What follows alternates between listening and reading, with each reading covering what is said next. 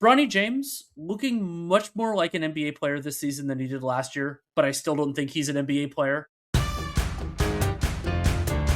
Welcome on to what will be likely our final 15 and 60 of the season. And I'm sad that I thought of this as late as I did because I would have liked to have done it for the Eastern Conference as well. But what we're going to do today is go through basically every relevant young player, time permitting, on each team in the Western Conference and talk briefly about their season, where they're at, how the team should be feeling about them, what they're good at, what's been a surprise, what's been a disappointment.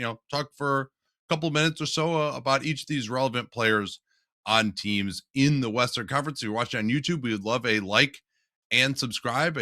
Tell your friends. Sorry, is that you can't do that immediately on your phone? You would have to actually tell a real person. But we'd love it if y'all did that too, and hit that notification button for when we go live, which we'll be doing, I'm sure, much more after games in the postseason. We'll of course be doing, hopefully, just about every night a Dunc'd On clutch calls for the NBA playoffs as well. So lots to come here on the Dunc'd On YouTube channel. And if you want to listen to every Dunc'd On, you can subscribe to Dunc'd On Prime and do that. We do about 250 podcasts a year. So this is basically all that you need. If you really want to keep up with everything that's happening in the league, that's what we strive to give you. All right, let's get rolling here. And we'll start with the Dallas Mavericks, Danny. The Mavs are 24 and 50, 1 and 5 in their last 6. Negative 5.1 clean the glass net rating is 24th, 27th on offense, 18th on defense, and ESPN's BPI projects them to finish with 27 wins, which would be the third worst record in the West. Okay, so let's talk first about Cooper Flagg, probably the most interesting person on this entire podcast. What have you made of Cooper Flagg's rookie season? I've been extremely impressed with Flagg's drive game, with his ability to do things with the ball in his hands, and it's a tough ecosystem. The Mavericks have limited shooting, and so I've been a little bit disappointed with him defensively, but some of that is opportunity. But offensively, you say, guys, 55% true shooting, but he's taking hard shots and he's doing better with them than I expected. Yeah, and his ability to get to the basket has been really impressive, and I do think that he will benefit from playing on the ball as much as he has, even if maybe the Mavs haven't benefited in the win column, but they will benefit perhaps in the lottery, and their last chance to get a good player in the lottery for quite some time. So yeah, I think Flagg's ability to get to the basket is most impressive, and just the sheer production as well. I realize over the course of the season, not great at the impact metrics and not great efficiency. A lot of that's because he's shooting 27% from three. I expect that will come along. He's gotten better at that throughout the course of the season. I believe in his mid-range jumper, but his ability to get to the basket at will and finish, especially with that left hand, is really impressive. And just some of the games that he's been able to put up. Yes, I realize that we focus on those. We don't focus enough on the bad games, but given their limited options for creation for most of this season, I think you have to feel very good about it. He simply has put up certainly games that no one at 18 was doing. And he's basically the exact same age as LeBron when LeBron entered the league this season. So I would say a solid B plus to me. And again, you and I, this isn't business school. We distribute our grades evenly across the spectrum. So B plus is very good. Yeah, a C is meets expectations, a B is exceeds expectations, and an A is really exceeds expectations. A B, I was thinking B plus, A minus, but if he had been a little better defensively, I probably would have gone A minus. B plus is fair. Yeah, and I mean there certainly were A to A plus flashes as well. AJ Johnson came over for the Dallas Mavericks in that trade with Washington, was basically kind of a throw-in for the roster spots. He's played 16 games, 9.3 minutes per game. He's shooting 10% from three. So he wasn't able to really do anything to show himself in Washington either. The skinny guard is really kind of going the way of the dodo. So I don't really have much else to say about it. It's hard to believe he'd be in their future plans. Just quickly, 38% from two, and he is a player who I would be declining his option, so that the Mavericks have an option. His fourth-year option is decided on this fall. Now, you give him the chance to make it up, but as of right now, I'd be declining it. Dereck Lively II flashed so much as rookie, was a key part of their finals team and kind of hasn't been heard from since. Unfortunately, it's basically been a year and a half totally lost, repeated foot issues at this point. So nothing really to say about his actual season, but where does this put them with regard to thinking of him as a potential franchise cornerstone? It's a big problem because lower body injuries for big guys, he's not as huge as some of these players. They're a real concern, and availability is an important attribute for centers. And so when Lively's been on the floor, I think he's absolutely been a starting caliber player, but he has to actually be on the floor for that to matter.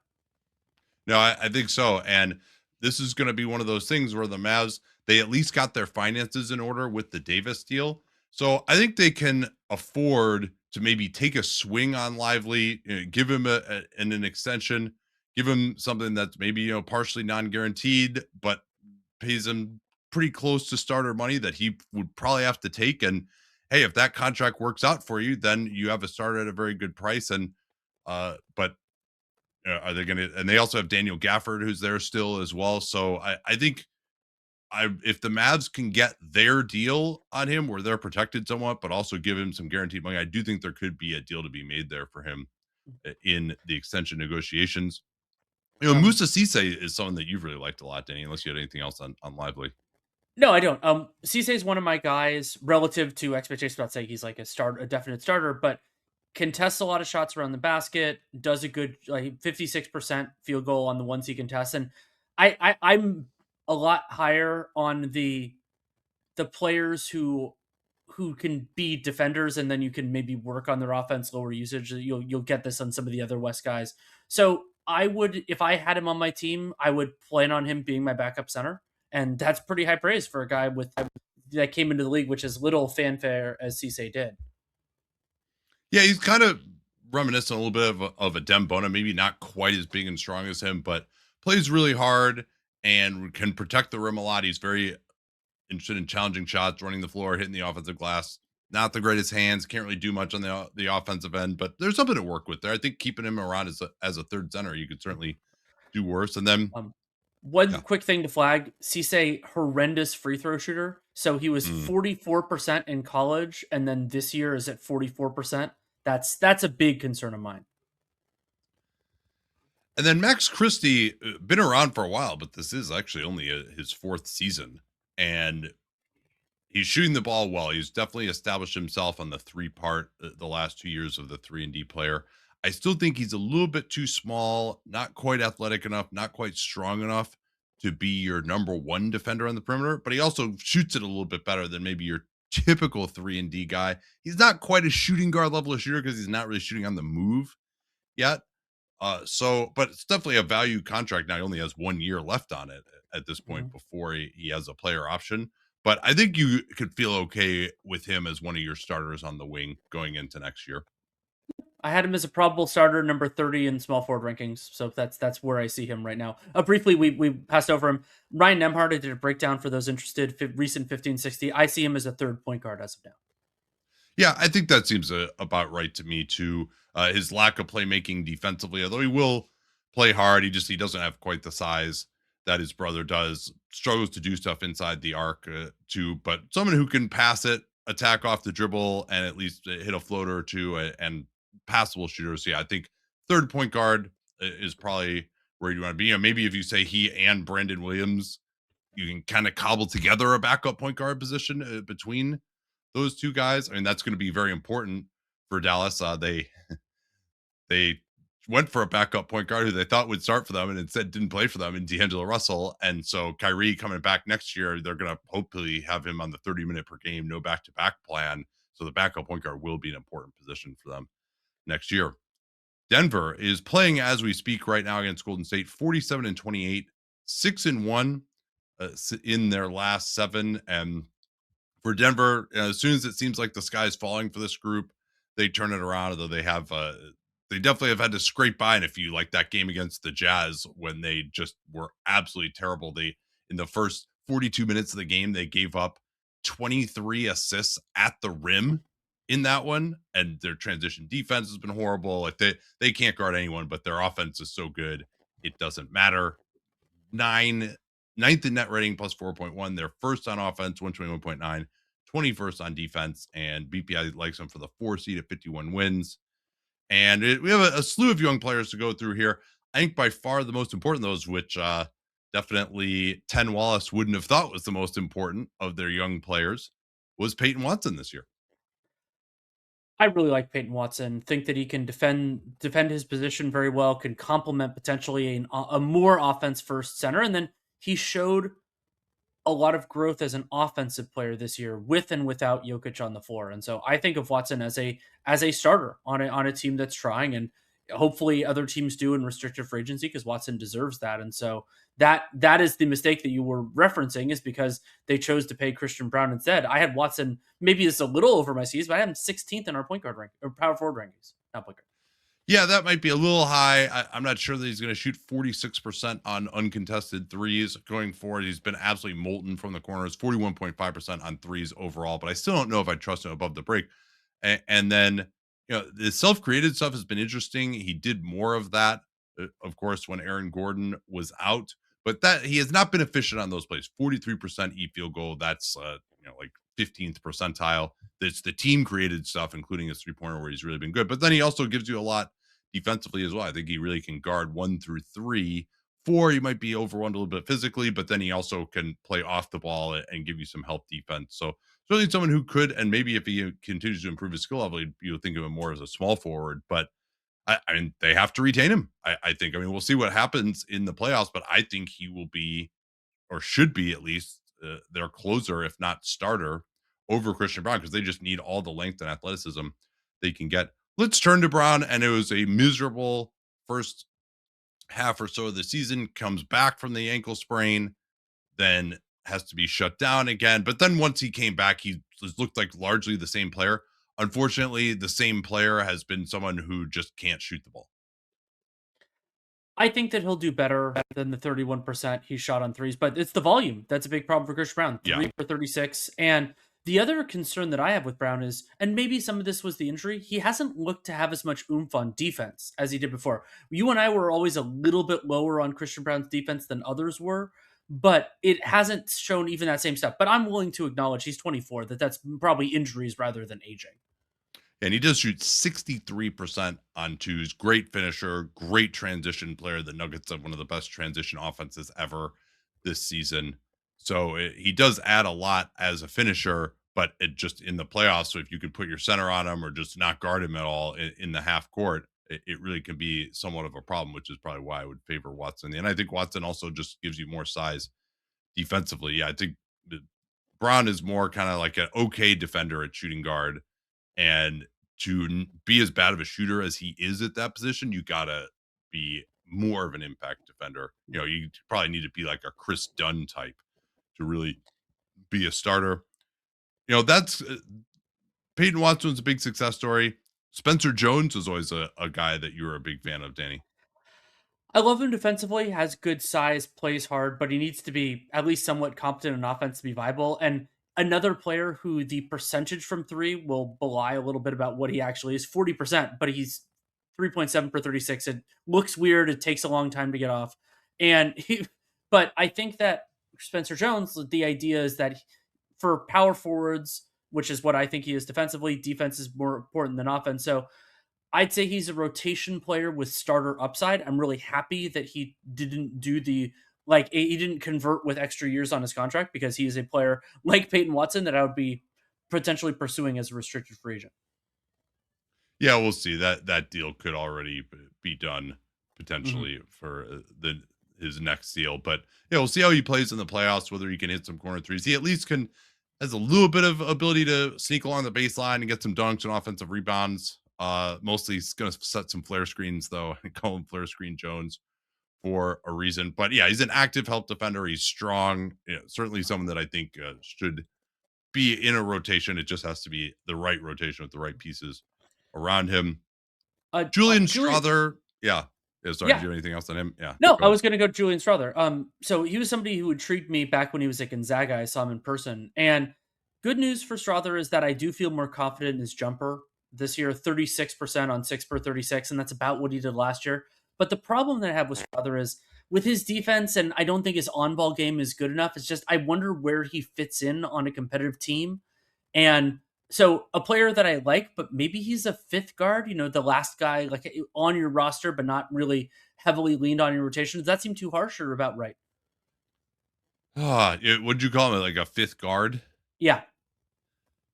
I guess so. I think it just Denver can't really continue winning around for him is kind of the problem. And he's shot it better this year, but 73% of his threes are uncontested. He's someone who's really been dining out on Jokic. And he really is only making a league average percentage on those uncontested threes. The league shoots about 38% on uncontested threes, and that's right where he is at. And the self-created stuff hasn't really been there either. I haven't loved that for him, so he's been okay in transition, and then he gets flambéed pretty well defensively. So you could throw him out there, and he's not going to be a total offensive liability. He's got some ability to do stuff off the dribble, floater. But overall, I just haven't really seen the impact from him. And I think it's pretty obvious that first Michael Malone and then David Adelman don't really want to play him unless they have to. We can go to Jalen Pickett, and I cracked up because I was watching some Pickett film, and he reminds me of Andre Miller, and I can't figure out if that's because he also wears 24 on the Nuggets. But there's a part of it where Pickett, I don't think he's the level of passer that Andre Miller was, but he's not blowing past this guy and hits his shot enough. So like, I think he's a guard who I would happily have on my roster, but I don't know that I would trust him as the sole backup point guard yet. You'd probably want him in a combination option with someone else, which most teams can do. I don't know. As he gets into his early 30s, I could foresee a decline for him. Yeah, I just semi decent caretaker point guard, and his shot has improved. I think that's made him at least semi playable at this point in time. But yeah, I mean, he doesn't really get by his man, and you're not going to be just like clearing out for him to back down and play bully ball at 6'2". So I still just don't really see exactly what I would probably just be wanting to move on from that roster spot at this point. I think that, especially for a contending team, you'd rather just get a veteran on the minimum, much as it may bother former GM uh, Calvin Booth. And then DaRon Holmes just hasn't, even with all their big man injuries, just hasn't really figured too much this season. He's played 9.8 minutes per game in 20 games. Now he is coming back from the Achilles, but that happened in summer league last year. So he's made his threes, but hasn't really generated any twos, hasn't really done much on the glass, can't really play center. Could do a little bit of switching. Again, though, he's already 23 too. So I just haven't seen much to really believe in him at this point, to be honest. It seems clear to me that Holmes is not a five. He may be in certain constructions, he's a four. And then the shooting that he showed in the NBA, 44% on a small sample, but he shot 31% in the G League on a larger sample. And so the idea, if he's a nail shooter, then maybe you try to fit him in, but I'm not sure he's that. And again, it's the amount of time and how he is another guy who you'd at least be looking to upgrade on that spot. And the Nuggets, they have more pressure because part of this is team agnostic, but part of it isn't, is that they have more pressure to maximize those low end rotation spots than most teams because we know they're going to be relevant when they have Jokic. Let's go to Golden State. Warriors are 32 and 35, 2 and 8 in their last 10. Net rating is down below +1, 0.7, 16th on offense, 14th on defense. BPI still projects them to be I got the number on that. BPI projects them now to be the 10 seed, 40 and 42. And it'll be interesting when we talk about their young guys because this is a team, because of our geographic proximity, that we see more. Yeah, and Steph Curry still he was going to try to ramp up last week and play some 5-on-5, wasn't able to do that. This is really kind of the last chance to do that. They said they're not going to just throw him in the play-in. So they got 2 weeks left in the season, and he probably needs to debut by maybe a week from now if he's going to play. It sounds like, which I think, yeah, there's no point in risking him, and would it be a Sisyphean effort anyway, probably in the play-in. So I'm going to start actually with Guy Santos, who has shown recently, admittedly in some ridiculous games against tanking teams. Their game against Washington was a total farce. I asked Brian Keefe about it afterwards, along with Josh Robbins, because they brought back all of their young players who were healthy, and then just didn't play them at all in the fourth quarter. Washington was actually up by 4 midway through the fourth and ended up losing it by not playing their best players. Same thing happened against Brooklyn, actually, although that was even closer down the end, as Golden State was just playing all of their guys, Draymond, Kristaps Porzingis, all these guys. And so I asked Keith, and he said they hit their minutes cap. And then I asked him, so that was Josh Robbins asking that. And then I asked him, well, why wouldn't you just spread that out across the games so they could finish the game? And he said basically, well, we just want to keep their rotation so they're all together. I mean, it's obviously just a complete farce, but I'm like, I'm going to at least ask this dude. This is, I don't begrudge him doing what he's doing. That's what the organization is asking him. That's what the incentives are. But I don't think you'd be doing your job as a reporter if you didn't ask those questions, because it was pretty ridiculous. Yeah, I want to start with Guy Santos, who's had some big games lately. And one of the really interesting things about Santos, he proved he could make open threes last year, which he's largely continued to do reasonably well, not amazingly, but he's plays hard all the time, runs the floor really hard. Still can't stay in front of anyone defensively. That's been like slightly better this year. But self field goal percentage on the season, 55.7%. That is like basically about as high as it gets. Wow. And he had shown way back in the very beginning, his first ever summer league game, he had like 24 points, was doing a lot of drives, Euro steps. It was at home in Chase Center. He actually became a little bit of a sensation locally. Oh, could this guy actually be something? And then he just disappeared in the G League. I was like, nah, never mind. But now he's actually playing, and his drive game, certainly against a real team, it's really more would have to be closeout based. Against Washington and Brooklyn, he was able to actually like go one-on-one a little bit, but he just has a good understanding of how to finish around the basket. He always had a good Euro step, slow step game, but now actually he said that he learned from Jimmy Butler to come to a 2-foot stop and play off at 2 feet in the lane once he gets there. And that's how Jimmy draws so many fouls, avoids turning it over. And so he was talking about that after the game, that's been a big thing for him. So they signed him to this extension that's $5 million a year. And I think he's an interesting player. Not going to ever be able to start because of his defense, I would say, but as someone you could bring in off the bench and maybe could give you a little bit more drive game, some passing, play hard, juice your transition game. Like, I think he has proven to be at least a low end rotation player this season. I agree. And for a 6'7" player, the ability to be in a rotation but not be a starter at 5 million, that's a bargain if he can stay healthy. And so I've liked what I've seen from Santos this year. Yeah. I mean, if you think of him as like he's not as physically talented as these guys, but somewhat of the same role as like Keldon Johnson or Jaime Jaquez have had. Like, you could actually see, I mean, because he still is pretty young too. How old is he now? Like 22, 23? So I think like you could see him maybe becoming that. And he also, again, like, he doesn't have the physicality of those guys, and he's not as good defensively as Johnson, but also just, I think, does some of the little things better than those guys too. This is Santos' age 23 season. Yeah. Okay. I think I want to go to Quinten Post, and Quinten Post has shown real growth as a defender and as a 2-point finisher. Last year, 53%. This year, 62%. The question is he one of those legit center shooters? So sorry, you said as a defender, then you said some percentages. What were those?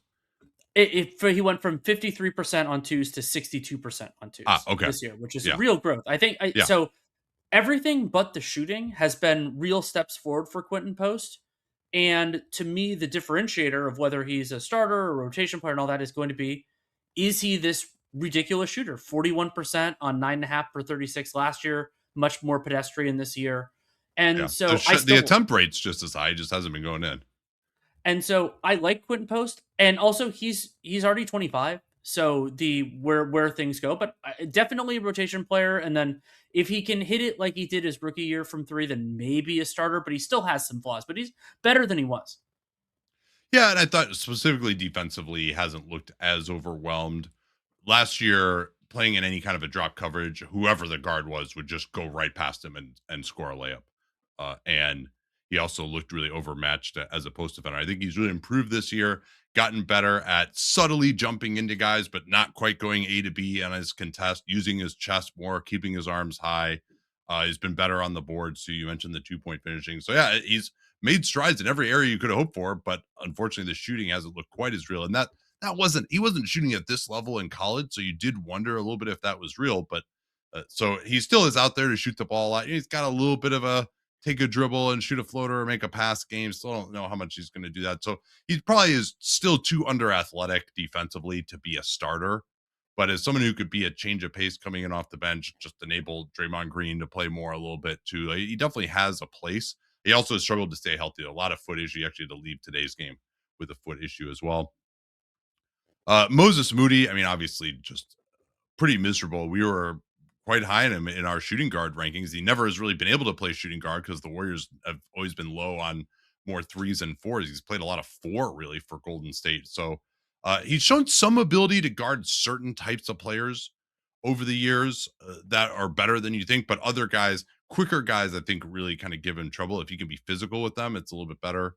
Hasn't developed on the boards the way I would have hoped. I thought that was going to be a big part of his game. That wasn't necessarily the case, but he makes his threes and could do some driving. And unfortunately, though, he tore his patellar tendon, and that's a really difficult injury to come back from. I think that's a worse injury than an ACL. So good that he got his money.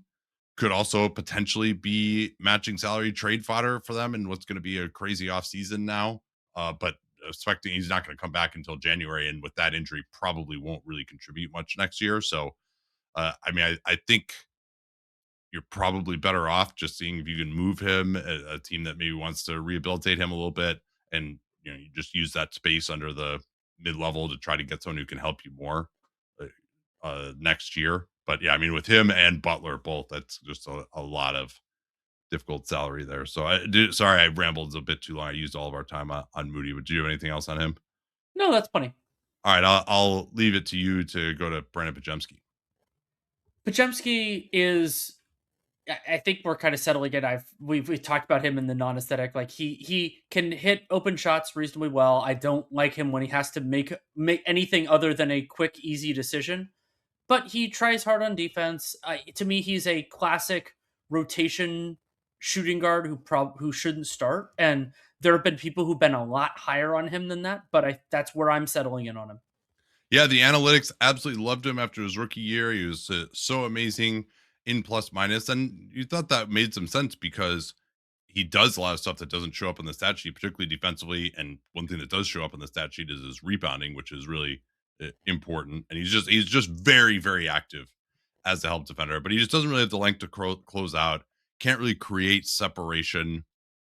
He'll put up some big games every once in a while as a shooter, but he still is not a natural mover without the ball. I mean, I think he just tops out as a third guard at this point. He has some point guard ability, some shooting guard ability, but doesn't really fit in on either one. He can switch. He's strong. He'll compete there. So, but he's also not someone you really are putting on zone as a primary defender. So he's kind of a jack of many trades and master of none at this point in time. So that's a rotation play. I thought it was interesting. He said after the game on Friday that he somewhat regretted some of the comments that he's made because he's a very confident young man. He said things like, "Oh, I'm hoping to be as good as Steph someday." Things that unfortunately just didn't fit within his skill set. Now we've seen guys who have made strides in ways you didn't expect, like Jimmy Butler, for example.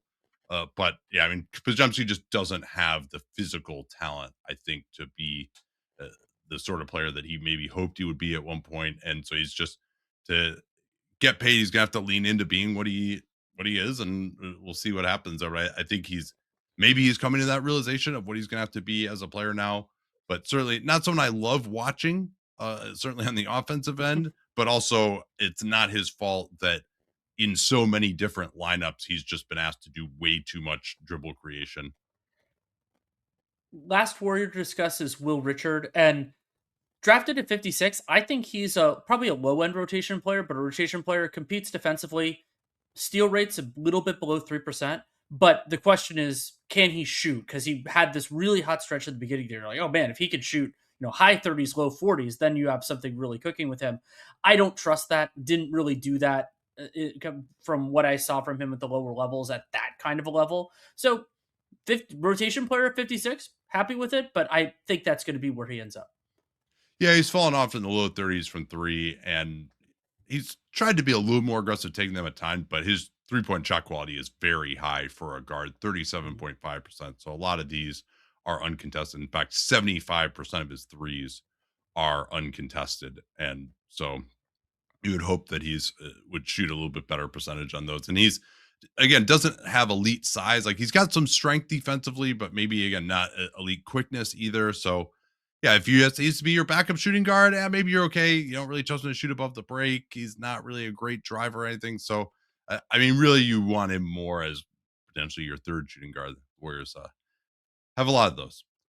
Houston, 45 and 29, 4 and 4 in their last 8. They are 6th still somehow in net rating at plus 5.6, ninth on offense, 5th on defense, and they project for the 5 seed 50 and 32. That would be one game behind where the Nuggets are projected. They will, however, be making the playoffs. They will be a top 6 playoff team.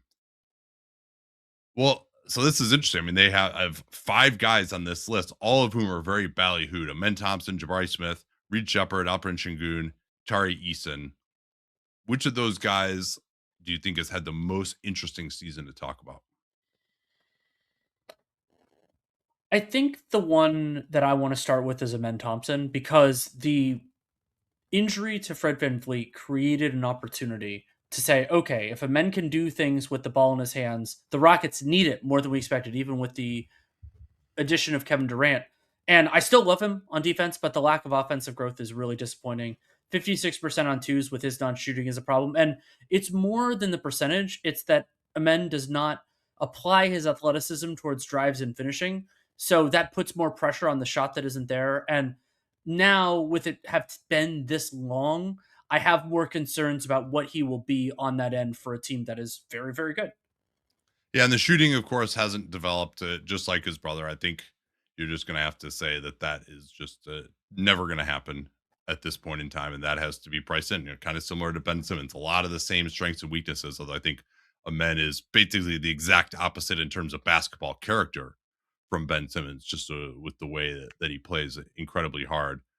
But for me, Amen Thompson, the 2-point finishing just hasn't been dominating enough. When people are talking about him possibly being a max player, I'm sorry, I just don't see that at all. I think that would be extremely unwise for the Rockets, who largely have done a good job, I would say, of negotiating these extensions, and could be extremely unwise for the Rockets to invest in him at that level right now when he's has to be an off-ball offensive player who can't shoot. And he'll give you something in transition, but not that much. Like they're not some good transition team. Like they're one of the slowest teams in the league.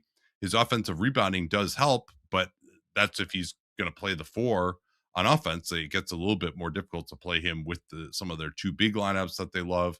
And I think one of the biggest things that stands out to me is his overall shot quality is 57% and his field goal percentage is 53.5. So Mm. he just is not, and some of that is threes, right? I think if you're his 2 field goal is basically about the same as his 2-point shot quality, but that he's got to be better than that, right? Because you're not talking about him taking mid-rangers. Like he's supposed to be this dominating athlete who can get at whatever he wants to inside, and he just has to be an elite finisher, and he's just been a good one. And a lot of those are kind of, tip dunks, transition plays. Like when he's really contested, it just he hasn't been able to dominate physically, and in teams have gotten away with like putting smaller guys on him. He can't really hurt him, and so he still is obviously one of the best perimeter defenders in basketball, maybe the best. We're going to do our defense episode within the next week or so, so we'll have some interesting things to talk about there as far as where he fits in on defense. But yeah, overall, I've just been, if I had to give him a grade, which of course we've completely forgotten about, and this is kind of this is like a D plus season for me, honestly. I I'd go below that. I think it's Yeah. A D minus for me because the offensive game just isn't there. The opportunity was there, and he's not better defensively than he was. He's showing different parts of it, but he was a great defender last year too. Yeah, that's true. I mean, I guess you would have to say you'd be hard pressed to say what he's gotten better at in a meaningful way. And when you don't, if you're a guy at his age going just completing his 3rd season, if you don't improve at all in your 3rd season, that really can alter your trajectory. Mhm.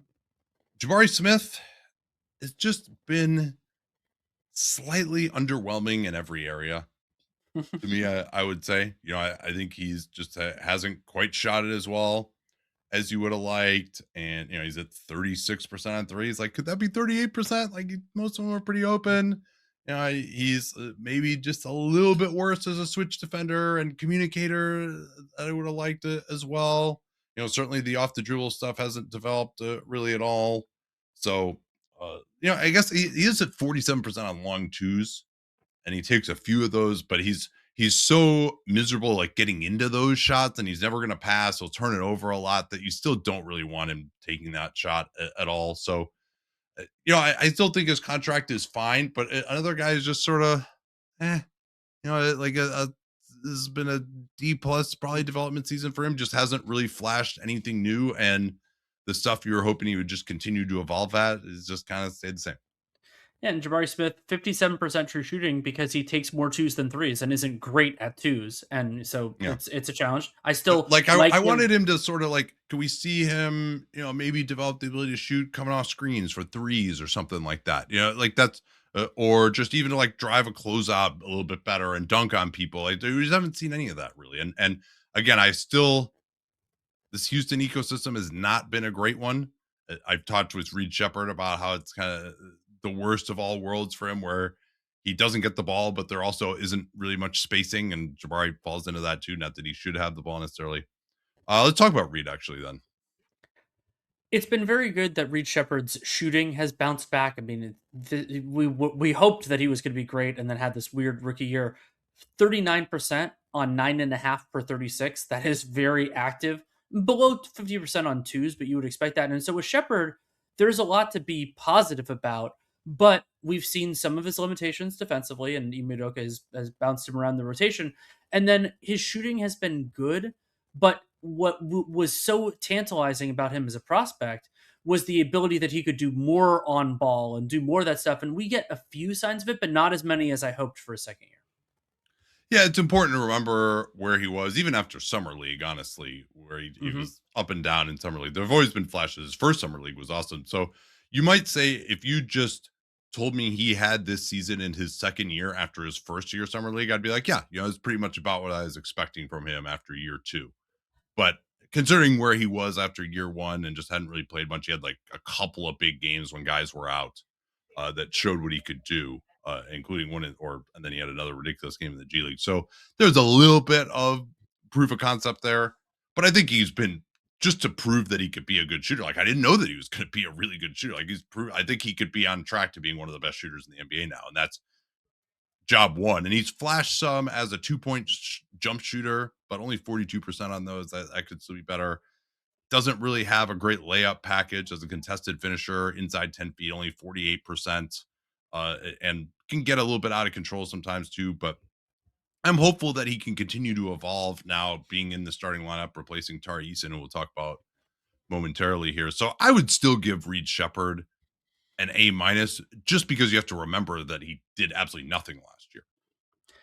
I was thinking more in the BB plus range, in part because I'm more concerned about his defense than I was with him as prospect, but bringing up the context of what he did last year, so I'll go B plus. All right, how about Eason?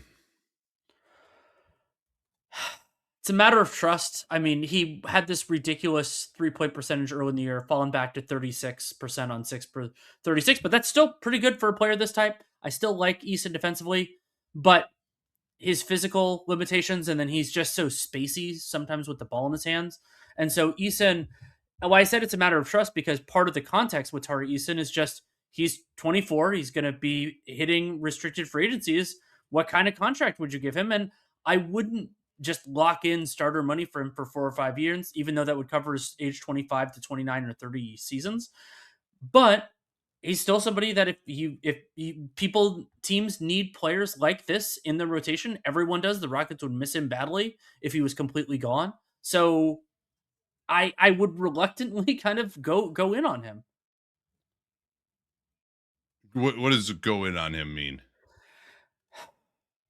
So we talked before about the reporting about offering him 20 million a year but not fully guaranteed.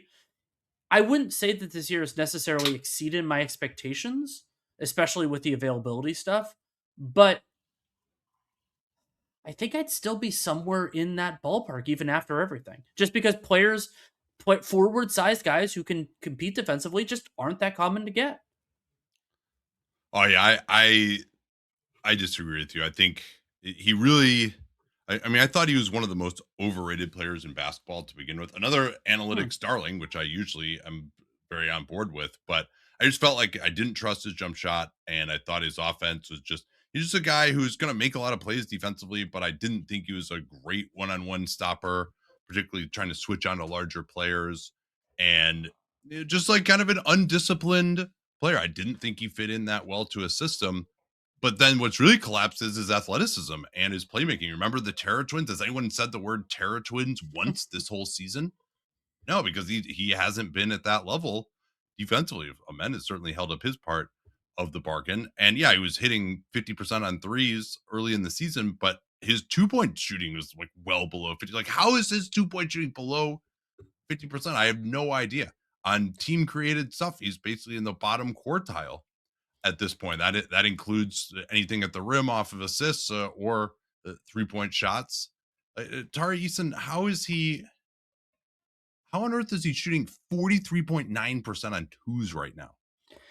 It's And concerning.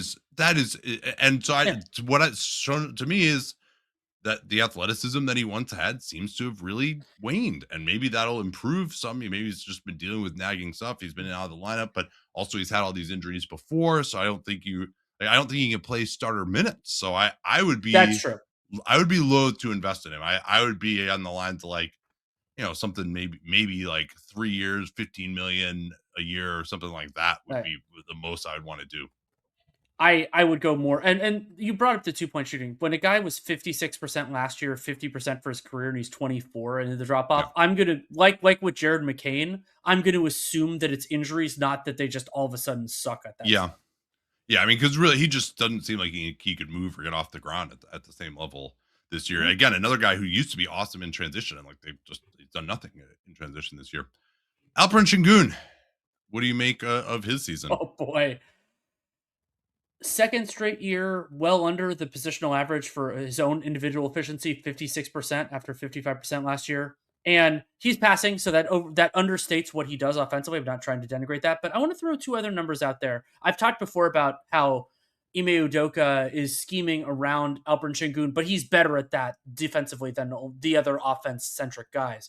But the Rockets' half court offensive rating is below league average with Sengun on the floor and drops all the way to a 94.4 when Sengun plays without Kevin Durant. And I don't think that a center ever needs to pass the him alone test. Really, the only one who does is Jokic. But I worry that he's more of a floor raiser than a ceiling raiser offensively. And when he's not a great defensive player, though he can be a part of a very good defense, I'm just lower on Sengun overall after this year. So he'd be below a C for me. Yeah, he's basically offensively. Yeah, he's not an elite shot maker, but he also doesn't generate great shots. So his floater, this is really the second year in a row. He had flashed them like, oh, maybe this guy's going to be like his hook shots in the lane are going to be something you really have to deal with. And that hasn't necessarily been the case. So he can physically overwhelm guys at times. He started off the year looking so good with like his ability to actually like face up and attack off the dribble. But yeah, I think teams kind of figured that out to some degree. And it looked like he was going to be shooting a lot of threes. Nope, actually, he's just been terrible from three. Completely stopped shooting them, even more so than previously. 37% on long twos, also. So you can just back off of them if you have enough size. And then he does struggle to get. I mean, like, it's really, I think, more than his rim protection, it's his ability to get out on the floor defensively that can be a liability. He can just get blown by in those circumstances. But yeah, he can protect the rim if he can get up ahead of steam. He can get up for some big shot blocks, like at the end of that Minnesota game the other day. But I think the biggest thing that stands out to me among all the stuff for Sengun is he's a center, and yeah, he self creates a lot of his shots. True, but we have his shot quality at 51%. And that again is like well into the bottom quartile. So, and he's not shown to be an elite shot maker. He's only averaging a 2% field goal percentage better than that 51%. So that's really, he's not, and again, maybe this is a little bit some of their spacing issues, but he's not able to generate amazing looks, which you would hope that that would be a big part of his value. And then the idea of him being a great shot maker is I'm a little bit lower on that as well. And yeah, he can pass some, but I don't think. And again, maybe this is some of Udoka's offense. Like they're not exactly in a flow state out there. We'll put it that way. And he's had to just so many times just holding the ball, dribbling. Like if you put him in a system where he's operating more at the elbows, he can slip to the basket quickly, get some passes on the move, make some cuts, find more cutters who have more space. All of that, like I think there still is something there because the way he can handle the ball and pass some, and he is strong, and he can score with either hand. But the way he's being used right now, it's not. He's not effective in that role. Maybe in another role, he could be better. I think that's all fair, but I do have the worries about in another role what he would be defensively, and so we'll maybe get Yeah. that opportunity, but No, probably you not. make a good point, right? Like a Men Thompson and Jabari Smith could be really helping him out some defense. I think we're seeing now when you have maybe a more conventional style of lineup that he's playing with Reed Sheppard coming in for Eason. And so now you have you have Sheppard, KD, and Sengun all out there. Yeah, it hasn't looked as good at times for Houston since they made that change. And yeah, I mean, ineffective is probably too extreme, but not someone you want to be giving the ball to this much. You mentioned how rough their half court offensive rating is on first shots, but he gives you some offensive rebounding and toughness. Like Yep. that is part of his value offensively too. Let's get to the Clippers. 39 and 36 on the season, 5 and 3 in their last 8. Plus 1.8 net rating is 14th, 11th on offense, 17th on defense, and BPI projects them to be the 8th seed with 43 wins. And the LA teams will be shorter in this exercise, but the biggest one for the Clippers is Bennedict Mathurin. And in Indianapolis, Mathurin didn't follow up on the playoffs where he was getting fouled a ton by getting to the line, but it is happening in a small sample with the Clippers, 10 free throw attempts per 36 minutes. That's encouraging. But the problem is that Mathurin's three still isn't falling, and I feel like he's a limited defender. So to me, Mathurin, this is bench player that you like, so maybe sixth man or seventh man. But the problem is he wants to get paid, and those players generally shouldn't if they don't have starter upside. And I don't believe Mathurin has starter upside. What is he shooting on threes with the Clippers? Oh, with the Clippers. It's pretty bad, isn't it? With just the Clipper sample, it's 20%, but on the season, it's 32. And I look at the whole number. There's no reason to think that just the Clippers numbers matter. True, and he was dealing with this toe issue recently, but I don't think that was the case for his entire time with the Clippers. But that is 18 games now that he's played with the LA Clippers, and yeah, that's not amazing. I agree with you, and only taking 3.7 a game as well. Now he is getting to the foul line more with the Clippers, but he just has not really shown the ability to self-create and score from the field. Like a lot of his self-created stuff ends up in free throws. Again, that 8.3 per game is pretty ridiculous, but in terms of his ability to score, his self-created field goal percentage is 40%, which is horrible. So he's been better on some of the team created stuff, just as a assisted 2-point baskets. He's been an effective finisher there, but yeah, I mean, if he was your starting two guard, you'd feel fine about it because at least he can switch on to guys and not get physically dominated. But he hasn't shown enough for me to say if I'm the Clippers, I want to invest in him at a starter level. Like that's more, something in the low teens, 3 years, that kind of a contract. Then you talked a lot about Yanic Niederhauser before. You liked what you saw from him in what unfortunately became a truncated season. Thought he looked like a backup point guard with maybe upside to be beyond that later on in his backup center. Backup center, yeah, point guard. Yes, yeah, backup point guard. They could use a backup point guard, but yeah, desperately. He is. and hopefully, he's not going to play that role. And Niederhauser was looking backup center, potentially maybe fringes of starter contention later in his career, but he had a broken Lisfranc injury in his right foot, is going to miss extended time, and so. But I still think that evaluation, we'll see what he looks like when he comes back. But that for the last pick in the first round, yeah, you can roll with that. Yeah, and there are a lot of people deriding him as a reach. He played well at the combine, and that was kind of the first time he got even onto the first round radar. But from what I saw from him in those brief flashes, he certainly has the physical talent, but his ability to switch a little bit too and be a solid rim protector. And he's not, I don't think he's going to do much as a shooter. He's taking a few shots out there. Wake me up if he starts making some of those, but I think he could be good enough as a finisher. I'd see low end starter, high end backup upside for him. Then Kobe Sanders and Cam Christie don't need to spend as much time on these guys. I think playing those guys for Ty Lue helped them be better than playing, the corpse of Chris Paul and Bogdanovich and like those kind of guys. But are they actually like really high end rotation players going forward? I don't know about that. I'm intrigued by defensive EPM really liking Kobe Sanders because I Yeah. think he shows some flashes, but I don't see it possession by possession when I watch the Clippers. And I think Sanders can be in the rotation, and for the guy who was taken 50th overall, that's pretty good. And I'm also skeptical of the jumper, 41% this year, but he never shot well in college. So I think he can be in a rotation, and if he can be in a rotation at the 50th pick, you're happy with it. But I'm not going beyond that. Yeah, he is shooting 46% on uncontested threes this year. And it is kind of interesting that he's taking 39% of his shots at self-create. He still takes a fair number of long twos, like a couple per 36 minutes. So I'm not a big fan of that for him. That was kind of like what he wanted to do in his first summer league. I think the defensive thing, I think a lot of that EPM might be getting fooled by just who all the other guys were that he was Mhm. replacing, and their defense turned around as soon as he got into the rotation. I don't know how much credit he deserves for that, other than just not being some of the guys that he was replacing. So I think he's more someone I'm still thinking of. You throw him in. If you have to play him, it's not going to kill you, but you're also like not excited to play him. And I think that's kind of how Ty Lue has approach this. And then briefly on Cam Christie, he was supposed to be the Christie brother who was a legit shooter, but he hasn't done it in the NBA or the G League since being drafted, and has an early guarantee date, which I think could hurt Christie. Maybe he pushes that back, but he hasn't been good enough at all so far.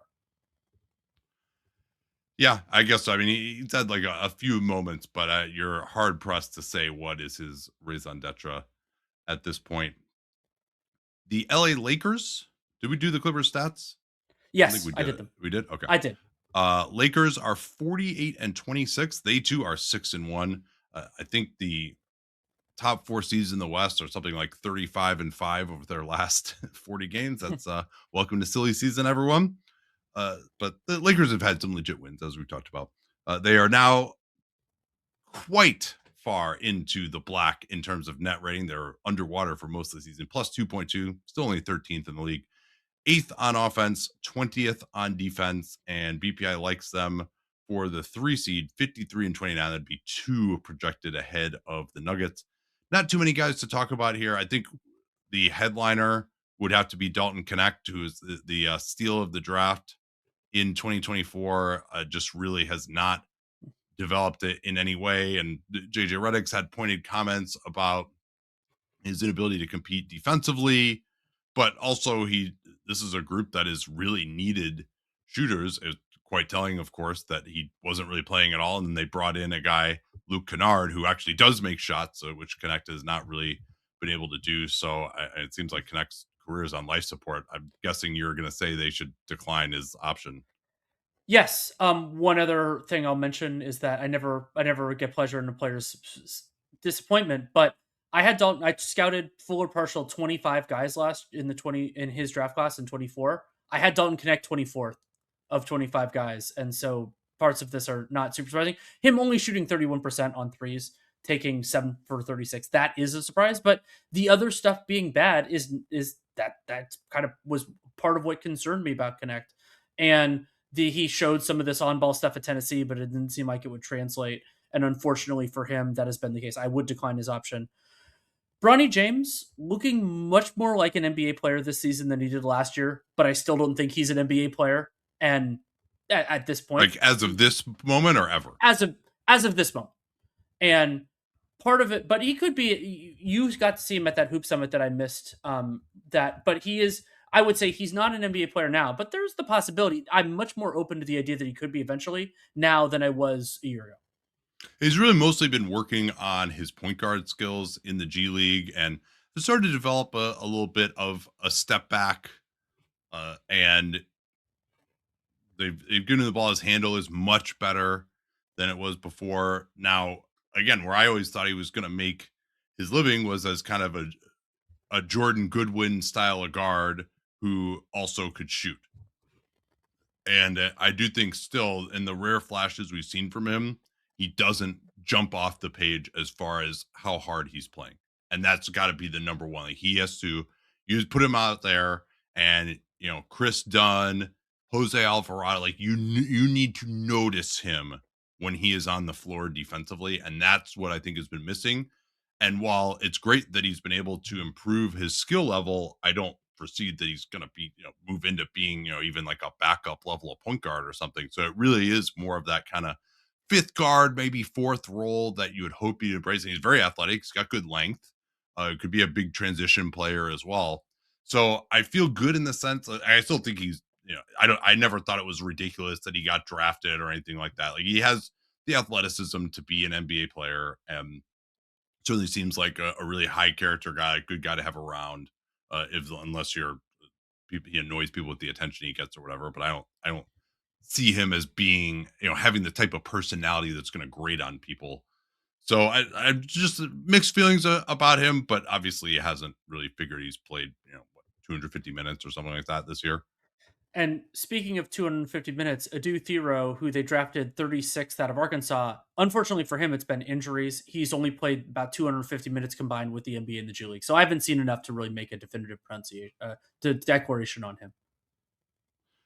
Yeah, and I haven't seen enough to make a definitive pronunciation either. I can't. I really struggle to pronounce his last name. Okay, this is a pretty interesting one. Memphis has a lot of guys and a lot of new guys or guys that we hadn't seen over the first part of the season. I checked in on them in their last couple of games because I really wanted to catch up on some of these players more than just statistically. What are their fundamentals? The Grizzlies are 25-49 on the season, 2-6 in their last 8. Negative 3.9 net rating is 21st, 20th on offense, 22nd on defense. Projected to win 28 games and be the 11th seed in the West. And I'm going to give you the choice of where to start because there are a lot of different Grizzlies that have different sorts of discussions. Well, surely the headliner is Cedric Coward, right, Danny? Yeah, especially because Zach Edey played so little this year. And so Coward, he's one of my guys in this rookie class, someone that I didn't watch draft film on. 56% on twos, taking 8.5 per 36. That's a pretty high volume for a wing and a legit rebounder for his size and role. And what I've said before with Coward is that one of his demerits, if you were just looking within the four walls of his rookie season, is that he hasn't shot the ball great, 34% on 6 per 36, but he shot it 39% in college on fine volume. So I think that he's better in that way too. I believe that Coward is going to be a solid starter and maybe beyond that. So one of my favorite guys in this class. Well, so when you say that, are you give me kind of a comp for what you see him as when he's fully formed? Like what level of wing are we talking about? What kind of skill set? I think that he's more of a complimentary guy. So he can be opportunistic, attacking closeouts. I don't think he's going to run a lot of offense, but I think he can rebound. He can defend well enough on the perimeter. So he's probably your second or third best perimeter defender and probably your second or third best offensive player. But for a guy with his size and potentially shooting ability, that's a player that I'm happy to have. So I think he probably, depending on which position we define him as, I think he probably ends up in the 15 to 25 range in position rankings. But I'm open to the possibility that if he can grow more as an on-ball player, because Cedric Coward, he's had this weird run to this point. So and he is already 22, but there's still plenty of room for him to grow offensively. So that's part of what I like about him is that I think he's shown more adept play inside the arc, and that is often a differentiator. So yeah, I'd say if I had to guess right now between the 15th and 25th best, whether we're saying the 2 or the 3. I agree with you there. And I mean, the two, he's definitely a three, in my opinion, especially, he's got that 7'2" wingspan. He's got Mhm. broad shoulders, strong. I agree with you that, that's kind of where I see him being. But he gets there maybe in a slightly different way than some other guys. Like, I still haven't seen the level of defense that I want to see from him as if you're really going to have him fulfill the primary responsibility of a non-star at the three, which is to guard the Mm. best 1 through 3 on the other team. I don't think he has that quick a feet. He is strong, but getting over screens I haven't loved, and then defensive playmaking, well below a block or a steal per 36 minutes, and haven't seen great help instincts or hands. So he's big, he's out there, but I don't want to invoke this too hard, but a little bit of Patrick Williams disease of just these great physical characteristics in theory, but just not seeing it as a playmaker. I think he's obviously better defensively already than Patrick Williams. Ironically, they actually played each other over the weekend, but I think he has like the ability to finish really well at the basket, just great length. Like I said, I don't think he's this nuclear athlete. If you throw him an alley oop, like I don't think he's getting it at the corner of the backboard or anything like that. And one thing that's been talked about with him is maybe he'll be more of a ball handler. They have put the ball in his hands more. So, like, could he be this? Maybe move into? There's a lot of wings will develop late, right? The sort of Avdia Jalen Johnson role? Like, I don't think so, because those guys had always kind of been that point forward role. And you were like, oh, well, if these guys get into the league, are they really going to be able to play that way? And the answer ended up being yes. But if they were able to play that, like, those guys are just much better as passers. I think Coward has probably a better jump shot than either of those guys. So I think certainly on the offensive end, his ability to be, your third best offensive player, second was kind of pushing it for me. But then if he's also not going to be like, I mean, there are only so many of these small forwards to go around. So he probably has to be a starting level of small forward. So maybe it's a little better offense, a little bit better finishing than your typical 3 and D. But then also, I don't know how much, he's definitely not an Anunoby level of defender. If you think of like some of the film from OG Anunoby when he was a rookie and the stuff we were seeing from him, his athleticism, the playmaking, like he's nowhere close to that level to me. Yeah. But I mean, if we're going back to position rankings, I had OG eighth. I don't think Cedric Howard. I'm going to have him eighth, and if he does, he'll have Yeah. improved a lot from Yeah. where he is now. So he's an exciting player, good find at 11 to be sure, but if he is able to pop and be an all-star, what's the most likely way that that happens? I mean, I guess it's just that he becomes this like point forward type of player I was just talking about. Probably. And that I think he can be a capable defensive player. I don't think he's going to be your best perimeter defender, but he could cobble it out. And I mean, 22, we've seen a lot of guys get a lot better from this point. I don't think he has that like Jimmy Butler in him, but I do think that I think there are ways that he can improve. And being a really good shooter makes him more plug and play than a lot of those guys are. Yeah, we'll see if he's a really good shooter, and I think that potential may exist. So the Grizzlies, I probably haven't talked about it enough. They really have just accumulated every big size wing that they've just been obsessed with that ever since but never were able to trade for them. Turns out Dylan Brooks was actually one of the better guys at that position that they let go. And then they tried to bring in Marcus Smart, who they thought would be better. He struggled for them. And so now they got Coward, obviously. They just traded for Taylor Hendricks. What have you seen from Taylor Hendricks this season? You're going back, obviously, to his time in Utah as well. I I was super high on Hendricks when he was a prospect. It's a disappointment relative to my expectations, but there are some positives. He's this year full season 58% on twos at a higher volume than he had done before. Jumpers okay, not great, but what I really liked about Hendricks was his defense. He's played some center for the Grizzlies, but it's mostly been in silly season, and I was hoping he would be a big value add there. So I think he's had a bit like coming off of that bad injury. I think he's bounced back, but he hasn't bounced back and beyond, which is what I was hoping for him. Yeah, and maybe it'll just take another year for him to get that same athleticism as a shot challenger, where I think he's actually gotten dunked on a ton for the Memphis Grizzlies.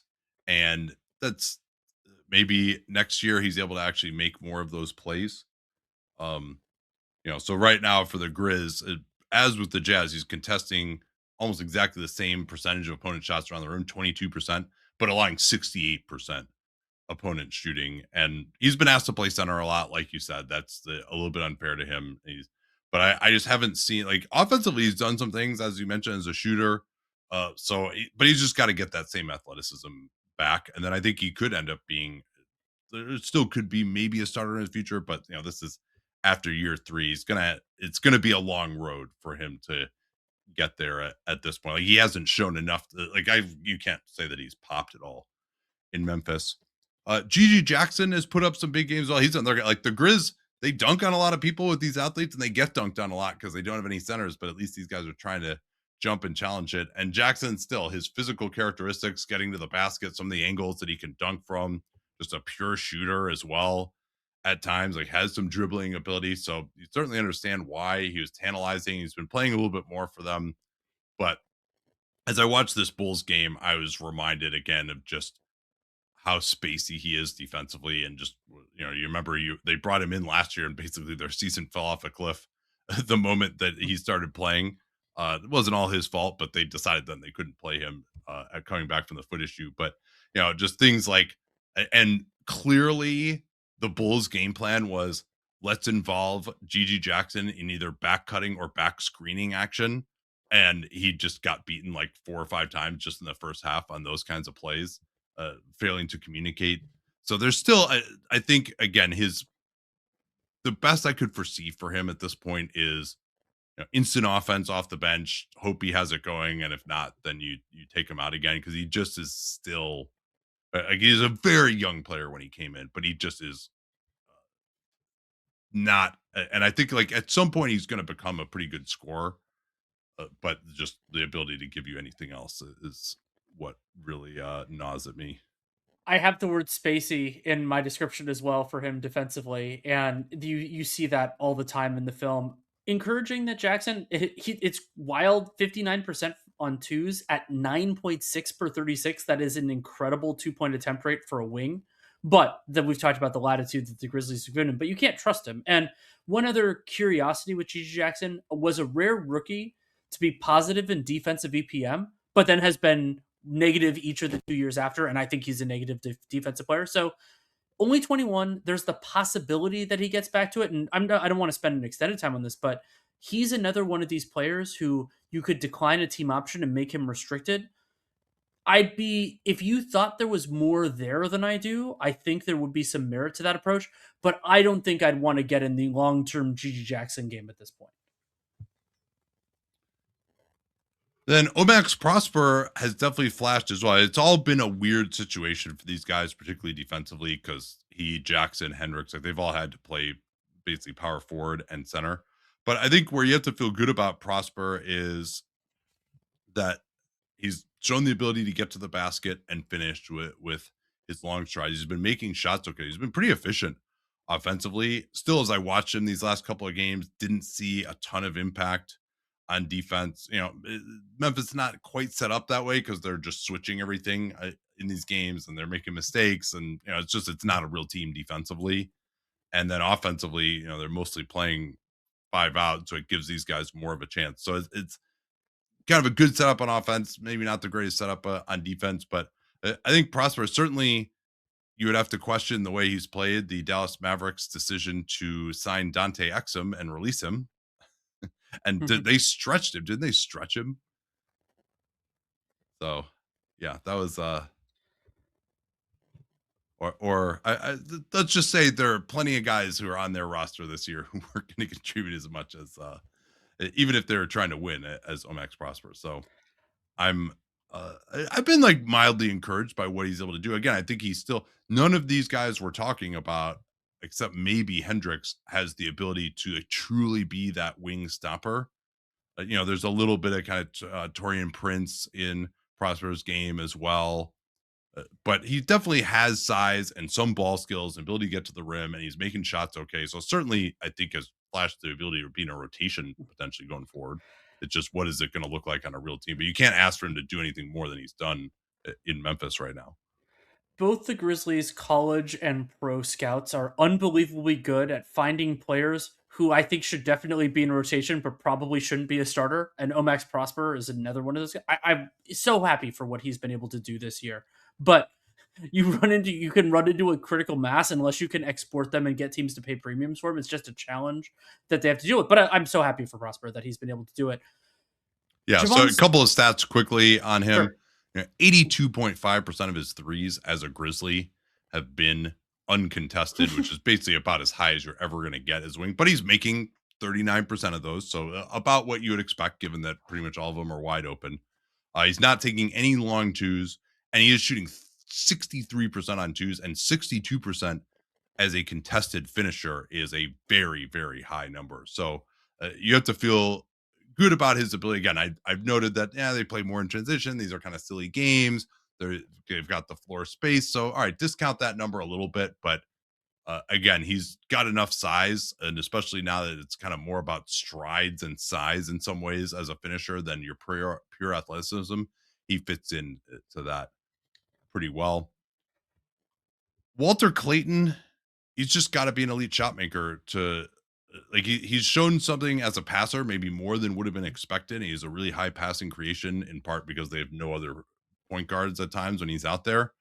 But if he's not an elite shot maker, then he's going to be on the fringes. I expect Clayton to shoot better than 29% on 6 per 36, but it has to be closer to the 39 he shot in college. And I think he's going to bounce back, but the problem is my read on Clayton right now is that he ends up being a capable rotation guard, but not a starter. And that's useful. And he's on a rookie scale contract and he wasn't drafted super duper high. But how many, especially when you're talking about the Grizzlies, how many of those guys do you need unless they have real starter upside? Yeah. So as a Grizz, 25% for three, but only 6.1 per 36.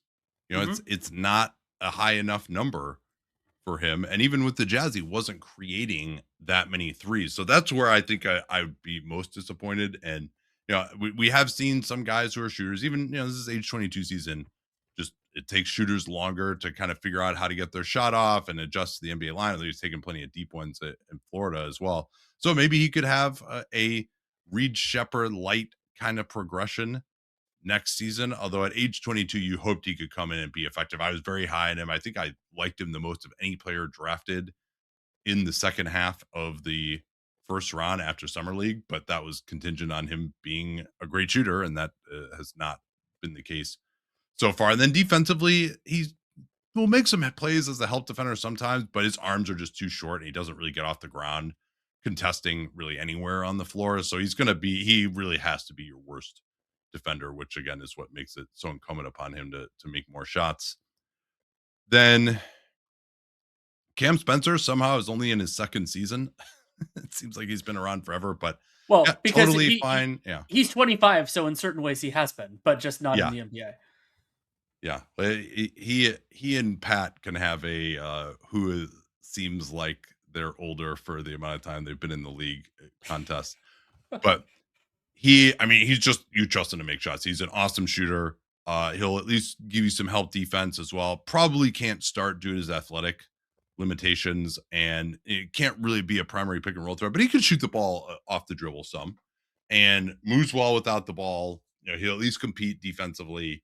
So he can absolutely, there's no reason he can't have the career that like Luke Kennard has had. I think he's better than Luke Kennard defensively.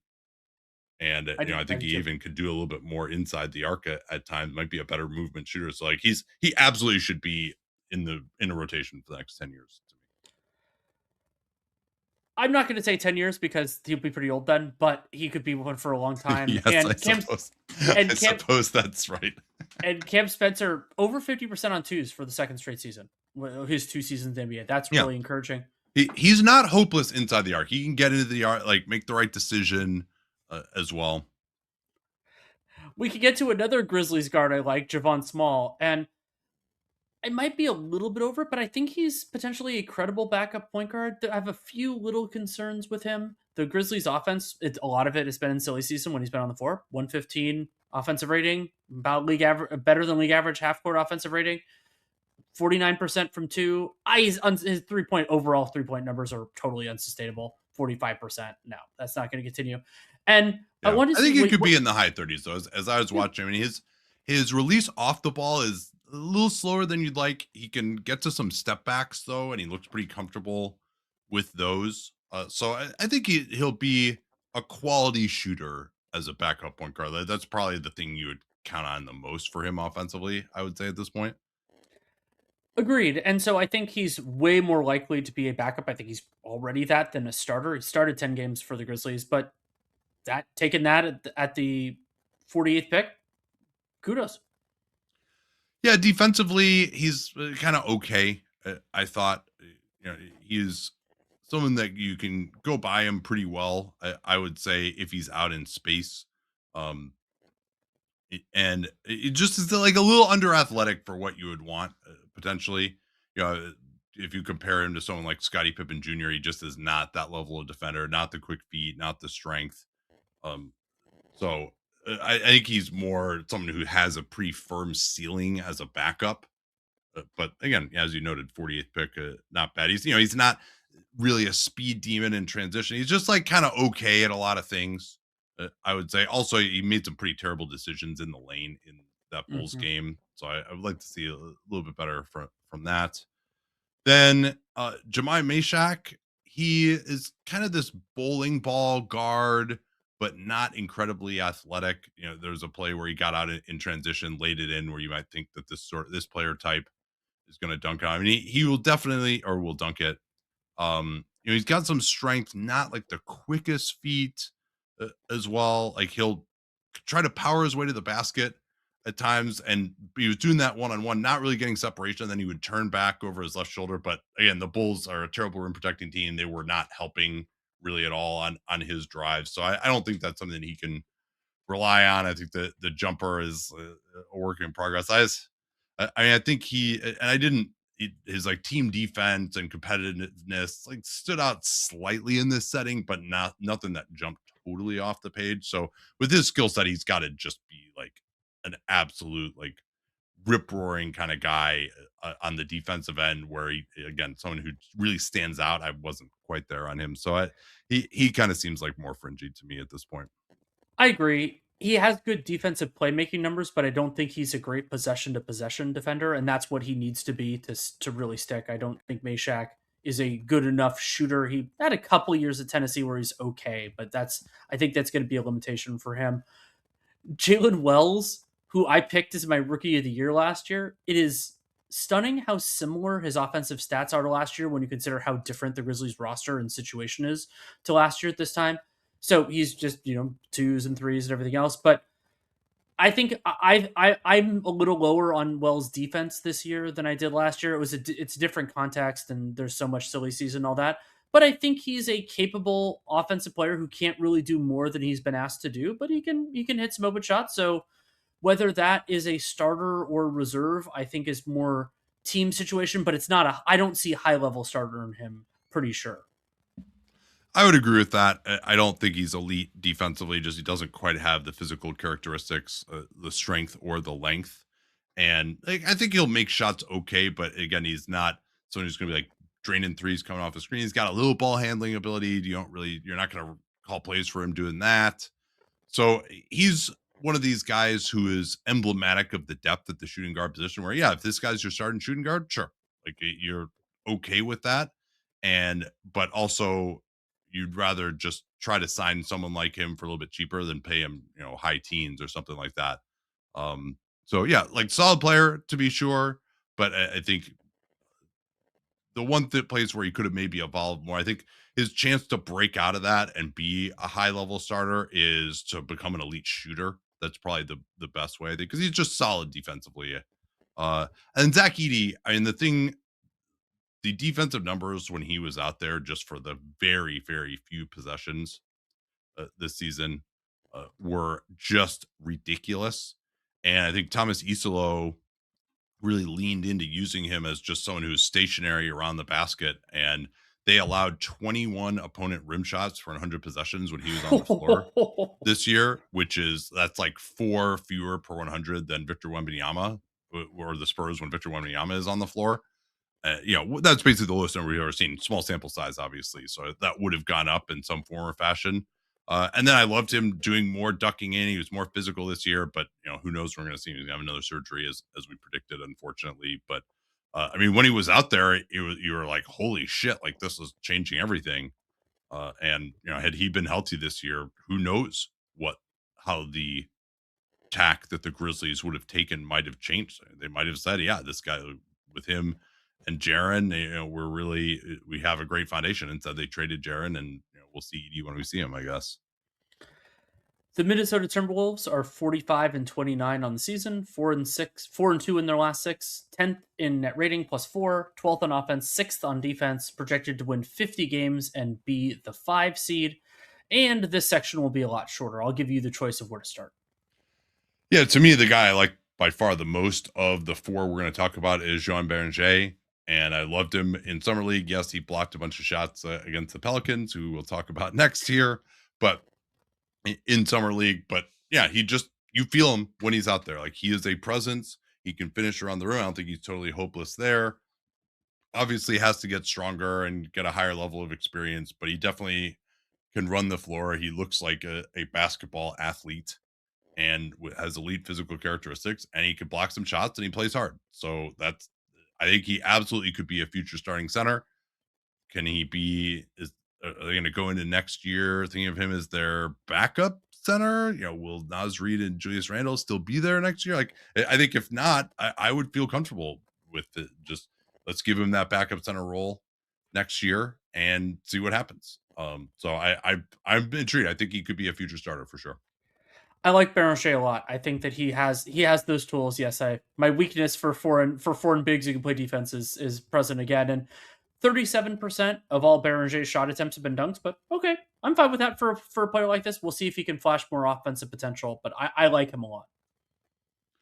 Jalen Clark made a name for himself as a defender last season in a few games, but the offense has really just been pretty infinitesimal at this point. Not making the 3-pointer, can't shoot him above the break at all, doesn't get it off quickly, and doesn't really do hardly anything inside the arc to make up for it. And this is a group that if he could do anything on offense, I'm sure would have loved Chris Finch would love to play him, and he just can't find a way to get him on the floor because of the offense.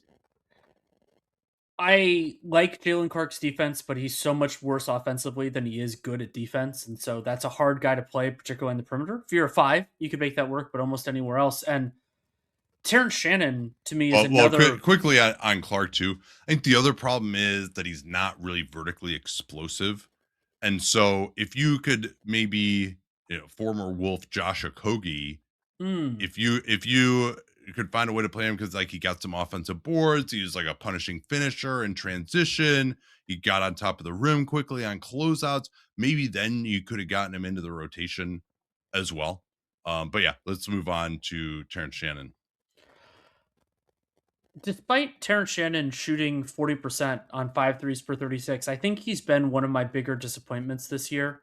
In part because, and again, whenever a young player drops their 2-point percentage drops dramatically, I'm always going to price in a little bit of potential improvement.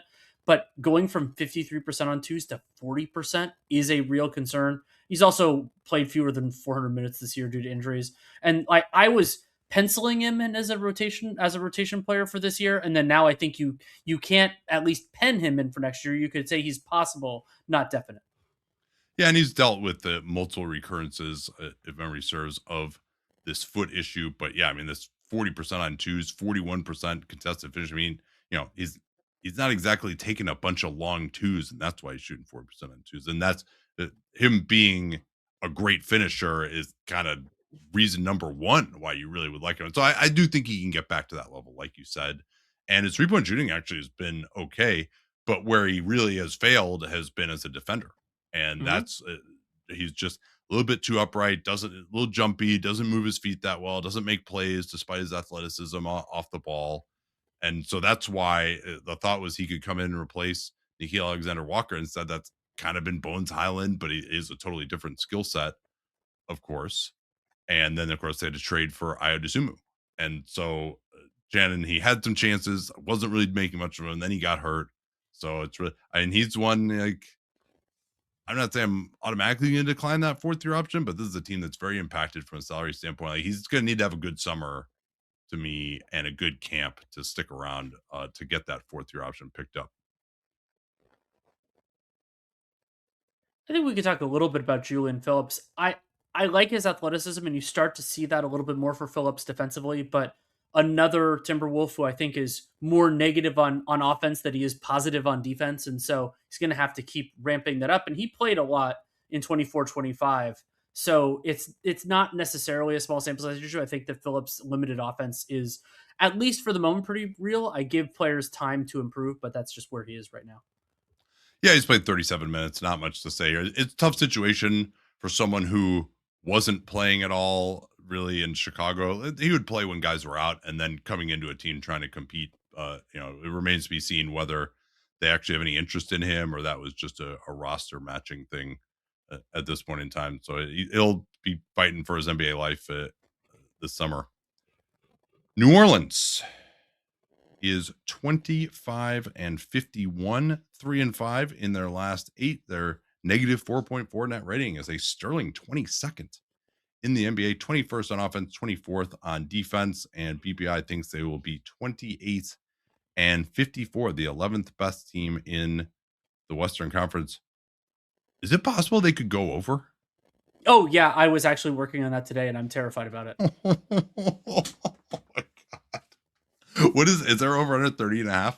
I think it's 28.5. What? No. Come on. It had to be higher than that. Oh God, I was like, oh yeah, it's an under. It's 30.5. You're right. Okay, thank fucking God.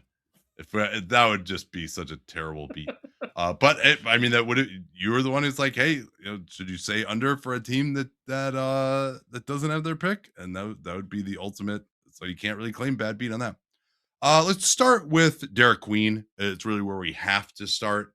And his season peaked in late December and really has been on the downswell since then. Hasn't really been able to play with Zion Williamson. Units with him as the lone big are just going to struggle too much defensively. He's been a little bit better as a rim protector, but than expected, I should say. But that is damning with faint praise if there ever was. And while he had a few of these 30-point games, ultimately, Danny, and the passing is kind of real, but ultimately, I don't think he's proven to have enough gravity as a scorer to unlock that great passing or to live with his defense. It's so surreal that he plays on the same team as Zion Williamson, because Dereck Queen he has some of that, like bigger body, and he can do things with the ball in his hands, and so you go, and that can work, but also they share some limitations defensively, and so it's the old, to use my own phrase, is the juice worth the squeeze? And unfortunately for me, preliminarily, the answer has been no. And one thing that I was really interested in, yes, it's a small sample. I wanted to see what the numbers defensively were when Queen plays with Yves Missi. And it's a small sample, 368 possessions, but a 121.3 defensive rating, hurt by opponents shooting really well from three. But the idea of, okay, the best versions of Queen, you still need somebody else. I think he showed more defensively than I feared. I'm not somebody that we watched film on, but I think you still, to be a relevant team, you need to have another big next to him. And so getting that, the player you need is a 3 and D center, and those guys are notoriously hard to find, as the Pelicans know from the last decade. Yeah, I think Queen is a very similar problem to the one we talked about with Alperen Sengun, except Alperen Sengun is just way better at all these things than Queen. I think Queen might be a better passer than Sengun, but like you talked about, just the fit of him, the magnitude of his offensive skills has to be so great to be able to deal with some of his issues, one of which is not spacing the floor at all. His 3-pointer has not developed in any way really so far this season, and his part of the reason his 3-point shot quality is like a little bit lower than expected. He actually takes a few off the dribble because he was handling the ball up top so much. But yeah, he's shooting 27% from three, no kind of volume at all either. Things 77 on the season. And then overall, if you go 49%, and that is again, that's bottom quartile.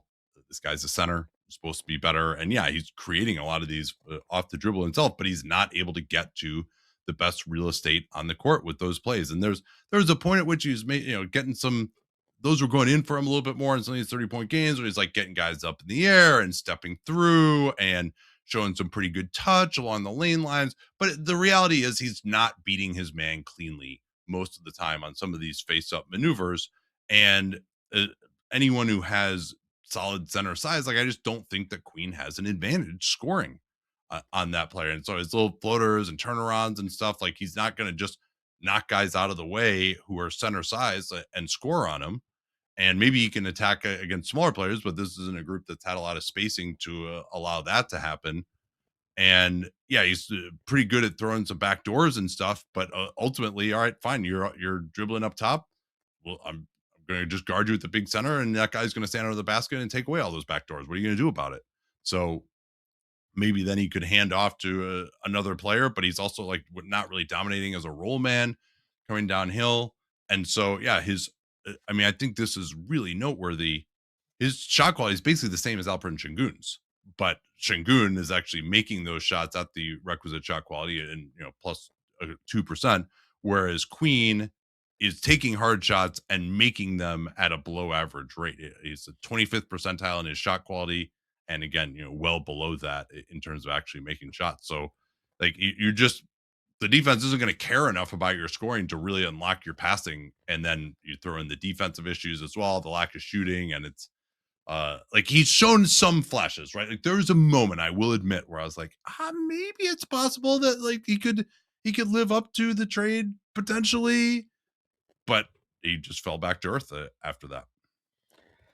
And it's hard to separate Queen from the trade that led to him going to New Orleans, but I think both parts of it are disappointing in their own ways. I'm going to let you take the lead on Well, Jeremiah so I Fears. mean, when you say he's disappointed, let's just say he's some guy that they took with the 13th pick. Right. And what you kind of thought, like what grade would you give him for his season just based on, all right, this guy's the big taken with the 13th pick? C plus. Yeah, I think just because of the flashes, you would have to say it's above average. Like he had a couple of games where he looked like a superstar, but it seems like the league adjusted or he was just unsustainably making some of these difficult shots. And then that's the biggest thing that would concern me is like there's just not that much indication that he's an elite shot maker, and he has to be that to be a starter, even a starter. Not to mention an all star that Troy Weaver thinks he's going to be. The guy who they apparently think is going to be way better than Dereck Queen because they took him before Queen is Jeremiah Fears at 7. What have you seen from Fears this season? It's important to note that young, especially rookie point guards, almost always suck. So my expectations were not high for Fears as a player this year. I'm not going to fixate too much on his stats. He actually shot the ball better than I was more concerned about his jumper than you were. But 52% true shooting on 25 usage. He has these flashes as a dribbler. Do love his dribbling.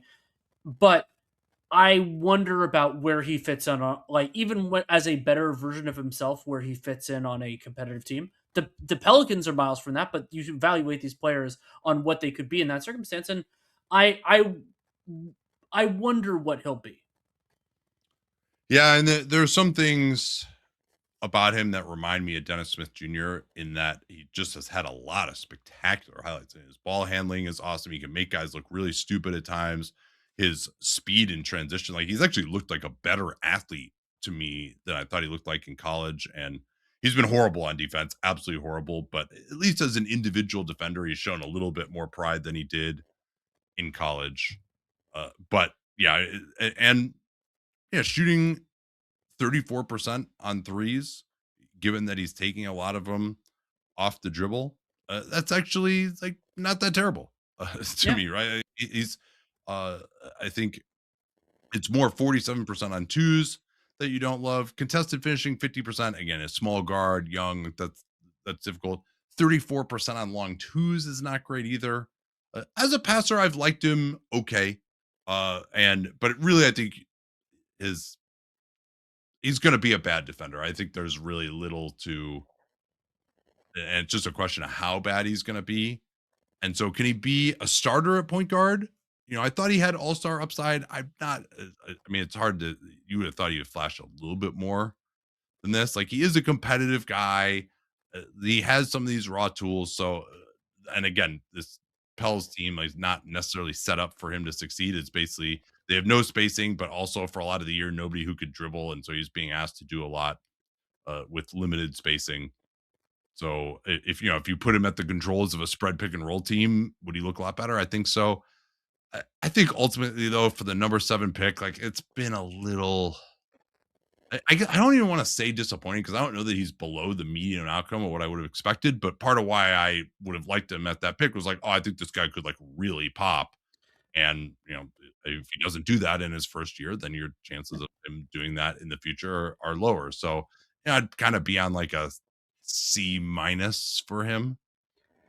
Yeah, that's about where I'd be too. And there are lots of guys who look a lot better after their first year. So I would say Fears still has starter upside. I was lower on the all-star part of it than you. Was one of our bigger draft disagreements this past year, though we weren't actually our number rankings weren't that far apart on Fears. Yeah, I mean, he might be the last small guard that I'm ever high on relative to their slot, unless they start changing the way the game is called. Yeah.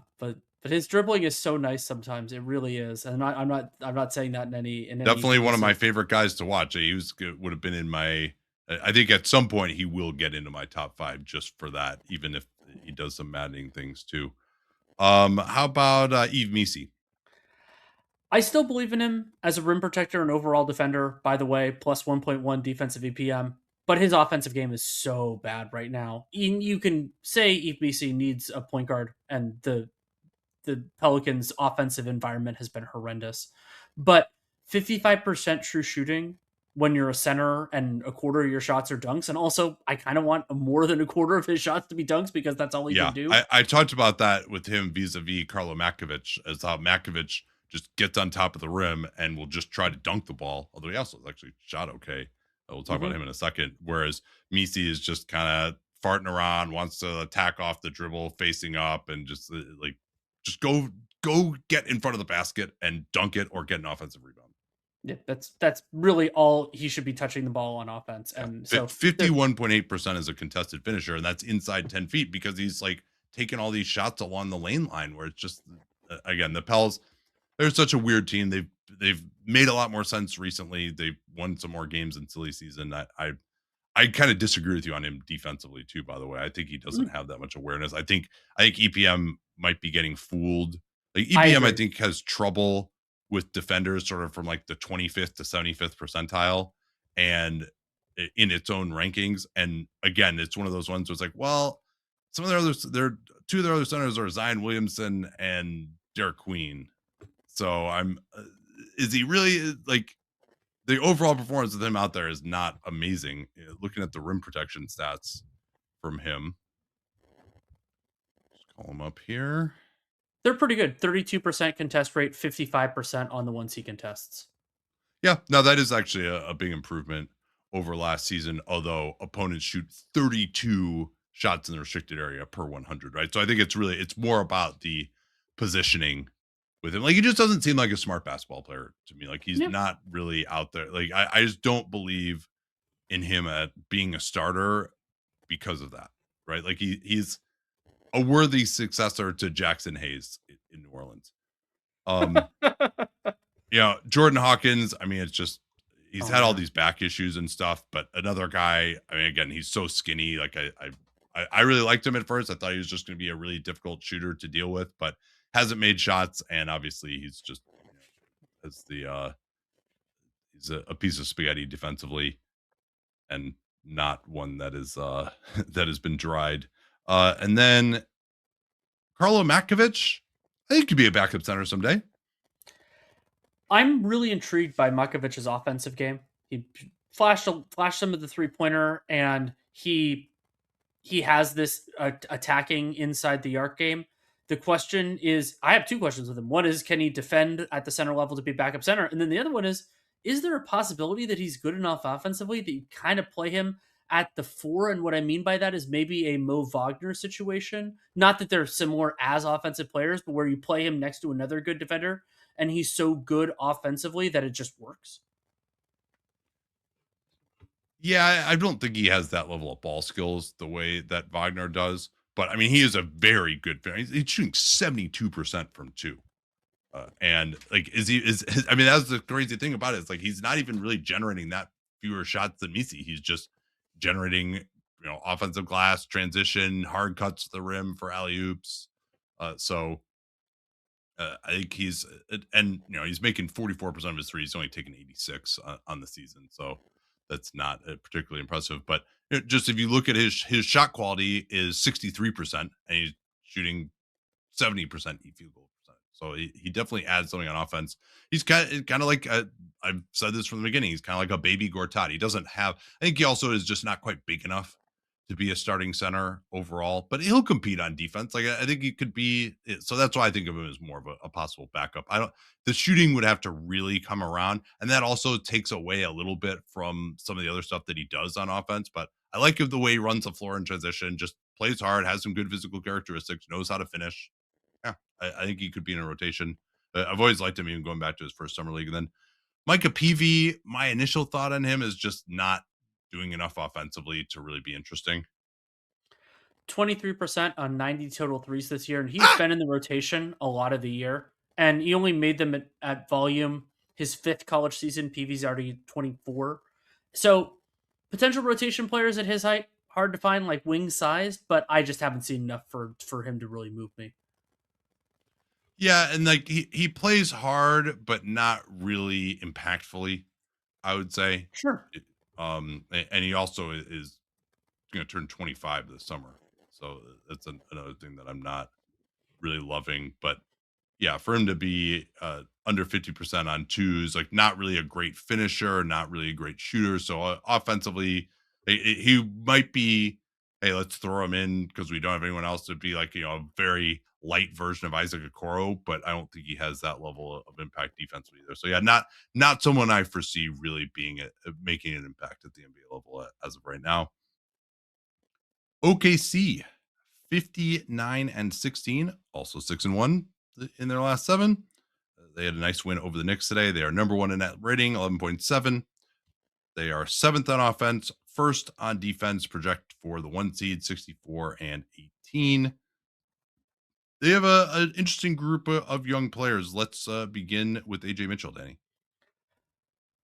We talked about him a fair amount in the point guard rankings, but I I really appreciate what AJ Mitchell has already done in his career, but I wonder whether he on a normal team would be whether his because he's a better scorer and driver than he is passer and shooter, and that's just been something that I value less than I value some of the other elements of a point guard sized guy. But he can play as a complementary creator better than a lot of other guys because of that drive game. So I had him 19th in point guard rankings. That's way better than a second round pick and it would normally be. But I wonder where things are going to go. So I really like him, but I do wonder where it's going. Yeah, we don't need to talk much more about him. We talked about him a lot lately. I certainly would give him a high grade for his development Yes. this year. Jared McCain came over, of course, in the worst trade of all time, according to Philadelphia 76ers fans. And he's been scorching the Nets on team created threes, moving well off the ball, and giving them some of that element. Hasn't quite been stress tested at the playoff level yet. I still would predict, if you ask me how much is he going to play in the playoffs, I think he would be someone who would fall out of the rotation by the end, unless they're just in a situation where they absolutely can't score. But yeah, hitting 45% of team created threes with the Thunder, 59% on long twos, which I just don't think he's going to be asked to take that in the playoffs. He's not going to hit it at that rate either. So he's been making shots and he looks to be in better shape than earlier in the season when he came back from the meniscus and then the finger issue. So certainly someone who's, I think, played well enough to say, yeah, he's going to be a solid backup guard in the league and probably for a long time. But I also think that you can kind of find that player. And he's not, I still don't think of him as a point guard in terms of his passing, kind of more of just this like, small backup combo guard. at the 2. So do you disagree with me? I think you had him higher in the point guard rings than I did. I mostly agree with you. I think that McCain is a better version of this player than some other guys, but I Mhm. wonder where that difference matters because he's still so limited defensively that you probably don't want to start him. And then his on-ball juice is not quite where it needs to be. It all comes back to the limitations with him as an athlete. And so I had him 32nd. I had him in high-end reserve, so it was a group from 30 to 39. And there's some of those guys, like maybe he ends up falling a little bit below that, but I mean, he has the shooting, and I mean, you brought up the ridiculous 2 point conversions that he's done so far. And he was 53% on twos as a Sixer his first year as well. So I think that more likely to be a backup than starter, and especially on a team that matters, which the Thunder most certainly are. But there's something to be said for this. I mean, he can generate offense and he can take into a role. They needed him to do a little bit more when Shea was out, and he did. So yeah, that I think that his high watermark in terms of my estimation of him will be that stretch his rookie year. But at 21, I'm not willing to foreclose on on improvement.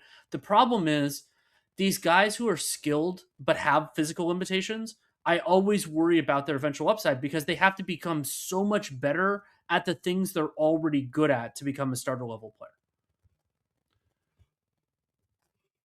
Case and Wallace, I would say my grade for him this year would be kind of below average. He did show a little bit more playmaking ability when Shea was out, had some assist games that I just watching those assists, I was not blown away. And I've always thought maybe there could be something more for him as a driver and finisher. And his defense, of course, is great. Gets a ton of steals, fits right into their system. But just the shooting, I think his rookie year is probably a little over his head at this Mm-hmm. point in time.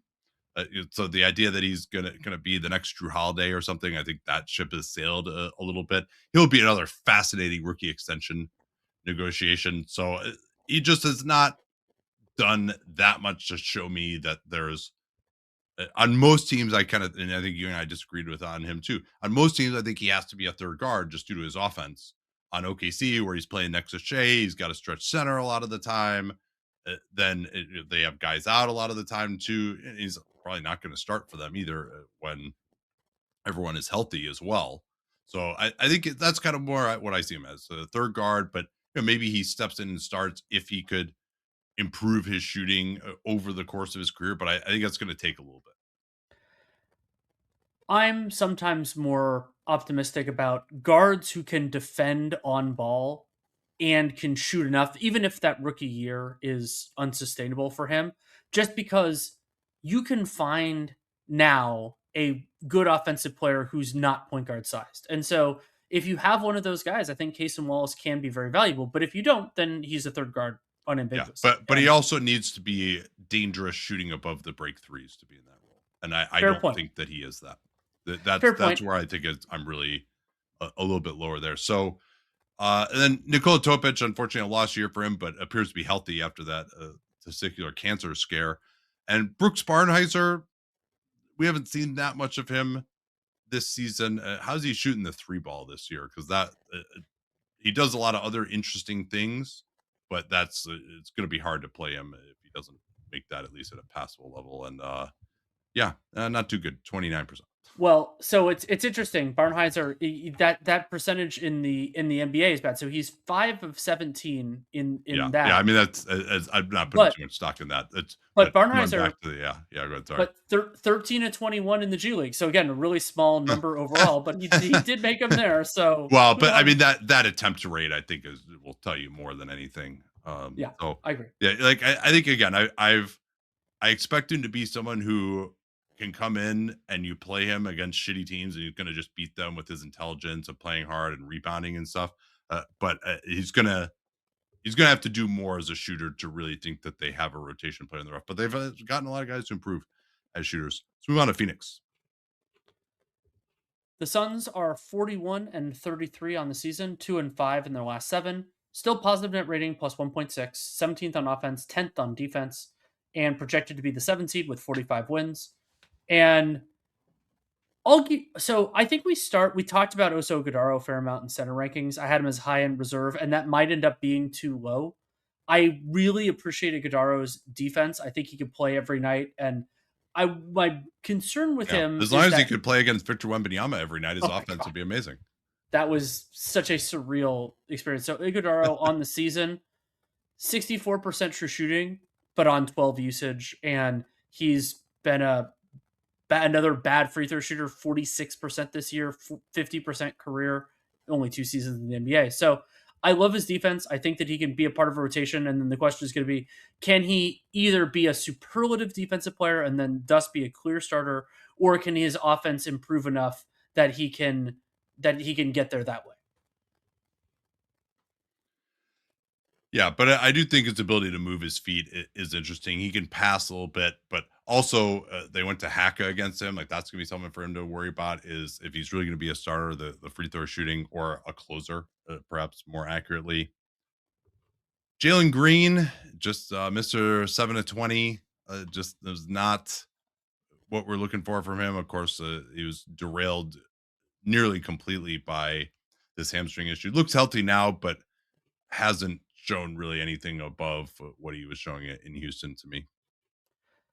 I just don't have an appetite for high usage guys who aren't particularly efficient or great passers. It's just or great defenders. Like there is a version of Jalen Green when he matures that is a better player, but I don't see it right now, and I've been lower on him. I was high on him as a prospect, but then lower ever since. This year I give him more of a pass because of the injuries, the recurring hamstring stuff that sucks. I feel badly for him, though. Thankfully, he's getting paid. I actually wanted to transition to somebody else because we have him in the rankings. No, I would say, and this will be a little spicy, but not including injuries. So if we assume that both of them are equally healthy, not knowing the team situation, I would rather have Oso Godaro than Mark Williams moving forward. Oh yeah, I would agree with you on that. I just think Mark Williams is too bad defensively to really be the anchor of a high level team. I completely agree. Even if Oso Godaro is maybe more likely to be a backup on a good team, I would rather have a backup on a good team in some ways than a starter on a bad team. And I know Mark Williams like has the Suns have been a good team this year, but I just don't think that for their defense, like just he's not a good rim protector, and he doesn't really have much defensive versatility. And while I think his offensive rebounding and finishing around the rim is interesting, it's just yeah, like you said, high level of team. I probably would prefer Iguodaro, and I would we'll see if Mark, and then you throw in the health issues as well for Mark Williams. So like he at least was showing he could be healthy and was part of this group, and you thought maybe he could get a contract, and now he has had this stress reaction. Supposedly working to get back, he's making good progress, but Steph Curry's been making good progress for the last 25 games too. He's still not out there. Ryan Dunn, yeah, another one of these guys who I always felt like his defense was overrated and his offense actually usually a lot of times like, oh man, these offensive stars, their offense isn't that good. But man, what about his defense? For Ryan Dunn, it's kind of like, yeah, his defense is pretty good, but like, yeah, what about his offense? Right? Like his defense has been a little bit disappointing. Like he just has not to me been the game changer at any point in time. And it's pretty telling that even with Dylan Brooks out, he's kind of been on the fringes for them. They've been more wanting to play Haywood Highsmith or Rasheer Fleming. So that's what it boils down to me. Dunn, yeah, he's been semi decent as a shooter, but still below average. They're probably never going to be like a huge threat or anything. So he's got to just be so good on defense. And you would think that the way Jordan wants to play, his ostensible skill set would fit in. But I'm just not wowed by either his one-on-one defense or the playmaking. We're in firm agreement. I think that it's a similar story, and I believe in Jordan Knott. I think he's done a good job, and the fact that he's choosing other guys when they have a clear need for this is indicative, and that can get us to Rasheer Fleming. And I really like Rasheer Fleming. Crazy long arms and Well, quick question on Dunn before you get there. Sure. The option to have his fourth year option declined to you? I do like his defense enough to and so if Dunn had been taken higher in the draft, I would have probably considered it more. But so looking at what his has what the option would be. So this is for the 27, 28 season, that option's 5 million. I'm willing to roll the dice on somebody who can potentially defend at the wing level and who, he's not a great 3-point shooter, but who could maybe shoot it a little bit. I'm willing to pay 5 million. And the other thing is, if money ends up being so tight for the Suns at that point, somebody else probably will too. Yeah, let's get to Fleming now. I'm intrigued by Fleming. Crazy long arms, at times intriguing defensive playmaking, but what makes him different than some of the other guys in this niche is that I see some offensive potential with him. And the overall numbers aren't necessarily like sparkling. 52% true shooting on 16 usage. Be like, why did you say that? And it's because I think there's some shooting potential in him. Fleming shot it well. It was only a 1 year thing, which I always caution that. It was 1 year at St. Joe's where he really hit his shot. But you see little flashes of the shooting potential, and then with his kind of game, I think he could become a passable player inside the arc. He's not this year, below 50% on twos for a player who's 6'9", 6'10". That's lower than you'd like. But I like him. I don't know what it is. I think I like him better than Dunn. I think he can make it work. Yeah, I believe in his shooting more.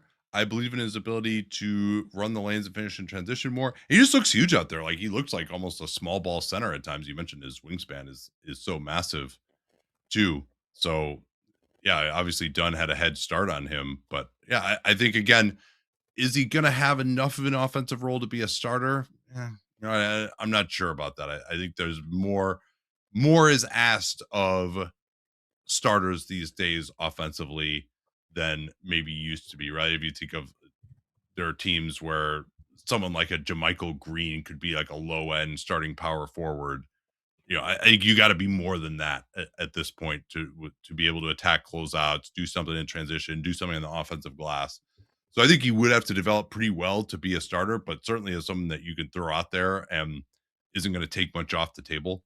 I like him as well. Come on, Malawatch.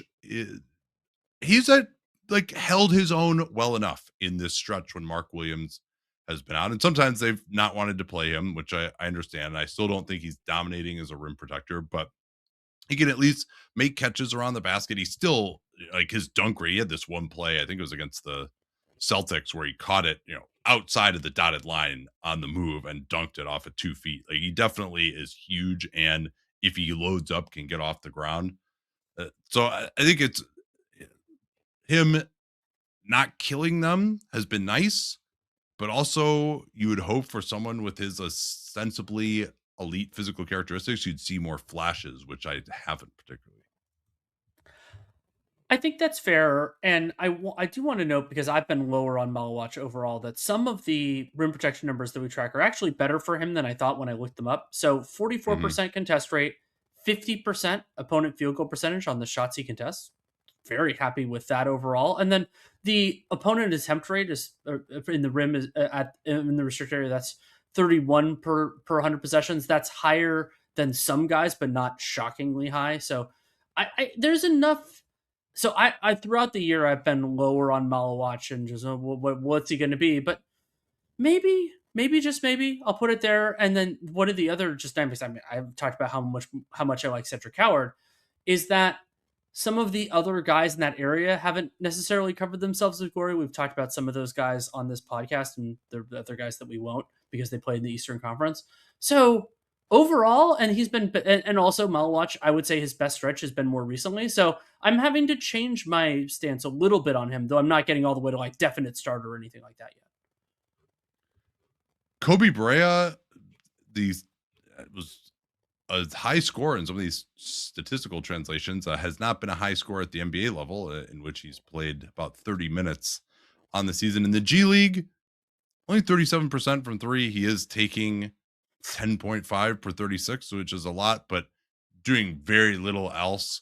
So, and part of the reason I think people were lower on him was just under athletic, undersized. It probably has to be your worst defender at the two. And so he's got to just be a dominating shooter. And that he has not shown that at the G League level. And they have plenty of other guys like him on this team. So there hasn't been a need for him, but you would have hoped, given the fact that he was, a more experienced college player, that he would played more than 33 minutes. Portland is 38-38, 6-2 in their last 8. They are looking good for the 9 seed. Negative 0.7 net rating is 19th in the NBA. They're 22nd on offense, 12th on defense, and project for 41-41. That 9 seed, 24% chance of making the playoffs. Let's begin with Donovan Clingan. I had Donovan Clingan 22nd in our center rankings, which is pretty good for a 21-year-old sophomore. And Clingan, it's just how much you value it. He does the big guy stuff well. He's giant human being who stands, if he stands there, he's not scheme versatile on defense.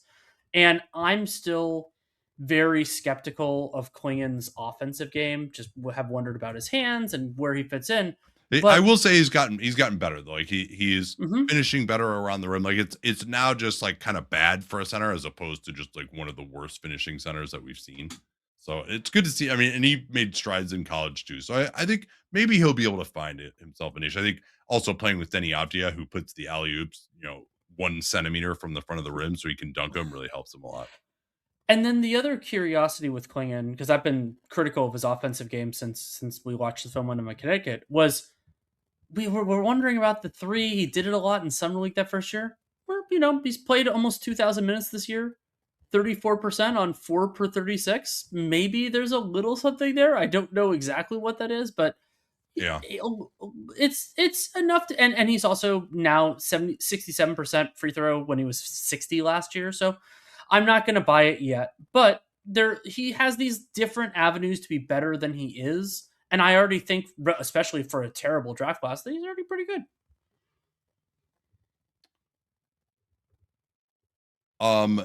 Yeah, I do think at the shooting though, like he's got to get to be a Brook Lopez, Miles Turner level of shooter for it to really matter because of his inability to do anything against a closeout. And that also would True. take away from his offensive rebounding as well. I think it's one of those things where maybe he gets the defensive rebound, outlets it, you throw it back to him and he's wide open and he'll take it in semi transition. That's probably the only one you really want him shooting.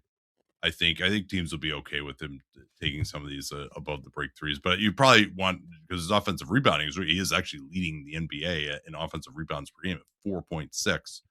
Still struggles to put him back. He's been a little bit better, but he's only averaging 1.13 points per play on putbacks. Obviously most of those are around the rim. So uh, he's offensively, I think he's still going to be below average, showing some strides there. But defensively, yeah, he still is huge and he causes guys problems. But I think I've been disappointed in their overall defense with him on the floor this Mm. year. So that's what I'm going to be looking for next year. But certainly, I'm not saying don't proceed with him as your starting center. Scoot Henderson, obviously the hamstring. I mean, that was just must have been a devastating hamstring injury to keep him out as long as it did. Thankfully, it hasn't had a recurrence, unlike like say Jalen Green. But I still think of Scoot as we've talked about him a lot, like in our point guard rankings recently. So I don't need to get into it too much, but I still think of him as potential like average starter. Still needs to put it together, and this is just such a lost year for him. But I still have enough of what Scoot Henderson could be. We could Well, go to and CD's. quickly too, I'll say he's been hurt, and you can see it even on his own team with the proliferation of more point forwards than ever. That yeah, if you had a guy like him where we're ranking him 19th at the point guard position, like yeah, you know what, that's going to be a 25 to 35 million dollar a year player because teams just need guys to dribble the ball and initiate offense and run pick and roll. But teams have more guys like that at other positions than ever, and so then investing in him at a high level, if you don't see all-star upside and he's not an elite shooter, you do start to wonder about that a little bit. So yeah, sorry, please continue. CD Sissoko, it's good for him that Sissoko is getting real rotation minutes. I personally don't think he's a good enough defender to make up for his still really limited offense. But Sissoko, so 52% true shooting on 13 usage, still young enough to keep around, and forwards are scarce. But there's a parallel with Chris Murray, who we'll talk about shortly. Like I think of Sissoko as more of a gap filler than a reliable rotation guy, and he's been a gap filler for them. That's better than what he did with the Spurs, but that's still where I am. Yeah, he does have a big body. He can switch a little bit. He'll at least run the floor in transition offensively. He can pass some too, but that's kind of an ancillary skill given the rest of his scoring ability and shooting ability. Yeah, you mentioned Chris Murray, just like, yeah, quality defensive player who just does nothing on offense at this point. Like, his jump shot has just been a massive disappointment. 28% on 4.5 per 36. Good that Murray has bumped up to 60% on twos, but his usage rate is jaw droppingly low, 11%. And so another player who gap filler, the Blazers have leaned on him more than they probably wanted to due to their injuries. And I'm I'm a little lower on him. I think he's a good defender, but I don't think he's a great defender. So I mean, having him around is nice, but real when he's exactly the type of player that gets thorny when the rubber meets the road. So Murray, he already has his, he's already under contract with his 4th-year option for next year. Then restricted free agency is like, yeah, you'll pay, having him around for $5 million next year. There, you have a lot of other stuff, but then when it gets to, well, what are we going to pay him after that? Then it's get hard. 39%, just under 39% is his 3-point shot quality. And as you mentioned, he's making 27% of those. 87% of his threes that he takes are uncontested, and he is shooting 25% on those shots. So that's really rough. Yeah, he'll come out there and can do some things on defense and in theory not kill you. But yeah, just no offensive role whatsoever. Really hurts. Young Hansen, to me, for him to succeed, and you're looking for a starter when you draft someone at 16 ultimately. And maybe he's a starter light, kind of. He's Mr. Offense, Kling's Mr. Defense. You alternate those guys throughout the game. And maybe that's what the eventual vision was. But he just has to become a dominating scorer around the basket because I think he's just pretty limited defensively. And he'll block a shot in spectacular fashion every now and then, but he's pretty ground bound off of 2 feet, doesn't move his feet well, can't really play anything other than a drop coverage. So, like, he's got to be someone that you throw the ball to, and he just is going to put his shoulder into a guy and get a great angle and score. Another one of these offensively focused centers. And obviously, they have not felt comfortable playing him at all. Even when they had no other center of note available, they would just go small on the second unit. A lot of times they tried to play him, didn't work. It just hasn't. I never really understood the pick at the time. He hit a few threes. Everyone was really excited about him. Threw some nice backdoor passes, but again, like he's kind of like Dereck Queen light right now, with even worse quality strengths than Queen. Yeah, I think that's a good way of putting it. All right, you know what? Let's bang out another team. Why not? The Kings. Oh boy. I mean, if there's any team that would motivate us to continue instead of doing this later in the week, it's the Kings, right? 19-57, 2-6 in their last 8. Second worst team in net rating, negative 10.3. 26th on offense, 28th on defense. Projected to be the worst team in the West. And I think the place we start, and this will be reflective for the Kings, is with Keegan Murray, which this is a total write-off year for him for me, but because of the injuries that he's dealt with. But it's a write-off year. However, the thing that I'll note is that, and Keegan Murray got his money, which is good, is that we're another year removed from that wild 41% on 7.5 threes per 36 his rookie year, down to 37% career. And he's been more in that 37, 35 range. And 41 might have been too high. Maybe that was just where it was. But like, he's a different player if he's a mid 30s or even mid to high 30s 3-point shooter than what we thought he might have been, even with the defensive improvements. Yeah, and he did get that good contract, which I actually was among kind of an outlier in think it was okay for the Kings, but then this year has not necessarily assuaged people's concerns on that one. So yeah, incomplete, but he was out there some and had a chance to make shots. It didn't.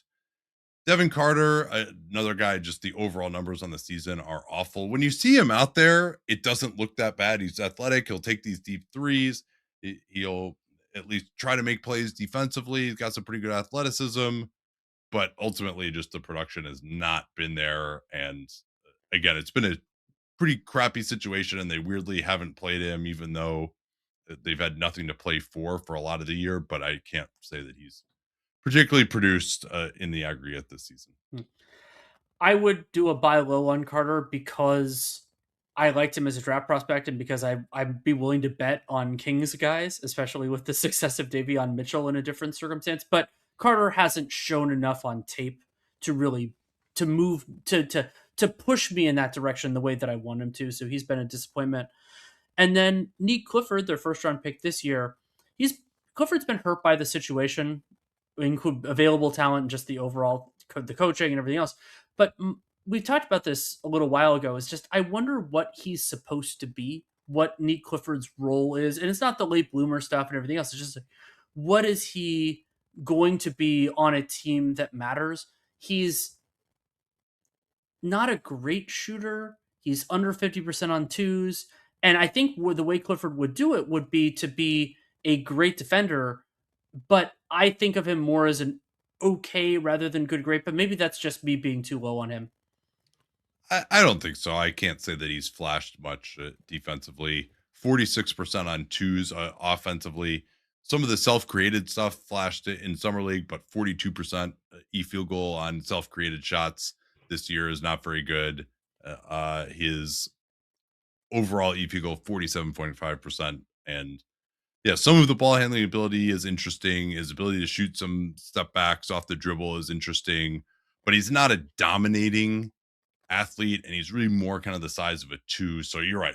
For him, the idea that he's going to be like, someone you're going to put the ball in his hands, that you can't say you're relying on that in the slightest going into next year. So he's going to have to make his living on the defensive end. The King, nobody on the Kings really done that, except for one guy actually. Oh, I was good. So I was going to end with Cardwell because I just like him so much. But do you want to do Reynaud or Cardwell first? Well, I was trying to set you up for Cardwell, but my guy. We're not so great with the transitions. No, here. Yeah, I mean, I love Cardwell defensively. I think he can defend at an NBA level at both center and power forward, and it would take some improvement for Cardwell to be a starter level of player because the just what you need to see for him has taken 1-3 the whole year. Because I brought up the idea that he can defend at the power forward level, but he can't shoot at a power forward level. And overall in the season, 57% true shooting, which for a guy who plays the 5 and the 4, that you want that to be higher. So and 11% usage, but the defense is real, and it's so unusual to have a Sacramento King who can actually defend like this. So I'm on board. I'm a Dylan Cardwell guy. Yeah, he's another guy, undersized, maybe could do a little switching, bouncy rim protector, runs the floor hard, plays hard, but doesn't really have any kind of an offensive skill level. And so, yeah, that Adem Bona, Moussa Cisse, I think he might be the best of those guys. Bona is pretty interesting too as a rim protector, but just underskilled offensively, so probably can never be a starter, but certainly a find to be sure. And Maxime Reynaud is almost the offensive version of what Dylan Cardwell is defensively, where he could do, like, he's got this little floater. 3-point shot hasn't been a huge weapon, but he can play some pick and roll. He's got kind of a Jakob Poeltl light offensive game, at least before the shot goes up. He's not that kind of a dominating offensive rebounder that Poeltl has been at times, and certainly also not that level of rim protector. He's also not really that physical defensively either. So another guy who I think would be best served as a backup, but he has at least been a ray of sunshine in Sacramento, but that also tells you how dismal a situation it's been overall if this is one of your rays of sunshine. I talked about his career high shooting game because I was in the building at Golden One when he scored 32 on Victor Wembanyama and the Spurs. There were some things to like there, but the overall offensive numbers, he's 31% on pretty meager 3-point volume. Overall, 61% true shooting. So I see the outlines of a backup center. I don't see the outlines of a starter. He's already 22 as well, but players like this have improved more. So keeping him around, and they took him in the second round. He has a guaranteed contract for next year. I'm fine with that, and we'll see where he is after a year at this point next year. The Spurs are 56-18. They are 7-0 in their last 7. second in net rating now, 8.9. Fourth on offense, third on defense. 62 wins is their projection on the season. So they're slated to go 6-2 the rest of the way. So not totally out of the woods yet, Oklahoma City, as far as being caught by San Antonio, though, of course, they don't play each other in any further games. The Spurs, of course, will make the playoffs. And as I assembled this list, I was like, all right, yeah, I'm just Dylan Harper, Steph Castle, Carter Brent. And I was like, then as we just got it, I was like, oh, wait a minute, Victor Wembanyama's only in his third year. We actually have to talk about Victor Wembanyama and his development. And obviously we'll talk about that much more in top 10 prospects. But to me, it's got to be an A, at least in his development this season, especially the efficiency on offense. I think that's the biggest thing that stands out to me more than anything, is that while I still wish he did a little bit more around the basket, like, he obviously really helps them on the offensive end, spacing the floor, and he's very efficient, and he's got 32 usage. He gets to the foul line a lot too. It's just really, and he's made it through another season healthy as well, largely. So it's been awesome for one. I don't think we need to talk about him that much, but it's worth noting, like, oh yeah, this guy is he's still only in his third year. Yeah, the guy who I might put second in MVP gets a pretty high score for his. Oh yeah, and you're gonna get a bunch of shit from some people for him even being second. That's hilarious. It's really annoying me that I felt like 2 weeks ago I was like, man, I'm ahead of the curve here on Wembanyama, where in terms of even having him ahead of Jokic as possibly the second best player in the league, and in the mix maybe for second in MVP. And no, all of a sudden everyone has like driven way past me, and they're like, "Oh yeah, he's better than Shea. He should be the MVP." I'm like, all right, guys, come on. Like, you saw you were behind, and then you just slammed on the gas and just like got way out ahead now. But again, he might be the best player in basketball right now, but he can prove that in the playoffs this year. Anything else you wanted to note on his development, or should we move on? 8.5 free throw attempts per 36 minutes for a center is fantastic, and that he's not doing it through the true grifting. He's working his way in there. That's really encouraging. And he does that a little bit, but a lot of it is kind of guys getting into him as he's trying to shoot a mid-ranger or something like that. So he's grifting a little bit, but it's not Embiid level. It's not like Embiid or something. Or even what Jokic is doing. Like, Jokic has become much more. He does it more off the ball, but yeah, you're right. It's been a little annoying.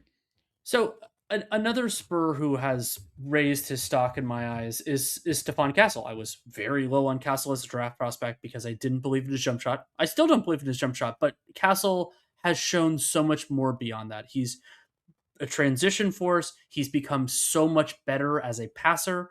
8.7 assists per 36, and that's way above last year. Turnovers are too high. You wish that was a little bit better. And he's a wonderful defensive player on the perimeter. So that's a real stock up. And for Castle to have moved up, in my estimation, despite my big criticism not improving, is a mark of how much better he's gotten. Yeah, he's gone from 52% true shooting last year to 57%. And the thing that has also stood out is that he's gotten much better as a shooter throughout the season. And because he was at 27% a couple of months ago, and now he's at 31%. So he's actually been, his shot prep looks a little bit better. He's been shooting him more aggressively lately. So that's, again, you never want to like lock in totally on whatever the most recent sample is for a guy, because just everyone, especially fans of that team, tend to be super optimistic about it. But I have noticed, just in terms of his aggressiveness and the speed of his release, that it has looked a little bit more comfortable. And yeah, his passing has really been a revelation. His ability to set up Wembanyama still has to cut down on the turnovers, but he definitely really gets to the basket a lot. And then he's a perfect fit with Wembanyama defensively. I still think his defense is a little bit overrated because he's probably getting some of the credit that should go to Wembanyama. But and I want to see him guarding Luka Doncic. I really would love to see that in a series. Like give me guys who are taller than, like, he definitely smothers anyone who's smaller than him. But guys who are taller than him, what's that going to look like in a playoff series? That'll be pretty interesting. Though. But you might have one behind him. It's not going to matter. Dylan, yeah, go ahead. Sorry, anything else there? No, that's you got it. Yeah, so Harper, how is he? We were both very high on him. How is he being compared to your expectations in the aggregate? My expectations were super high. I think he's met them, but hasn't exceeded them dramatically. The things that I liked about Harper are still there. Talked about him in the aesthetic. This talked about this in the aesthetic pod that we did. I love how under control he is for how aggressive he is in transition.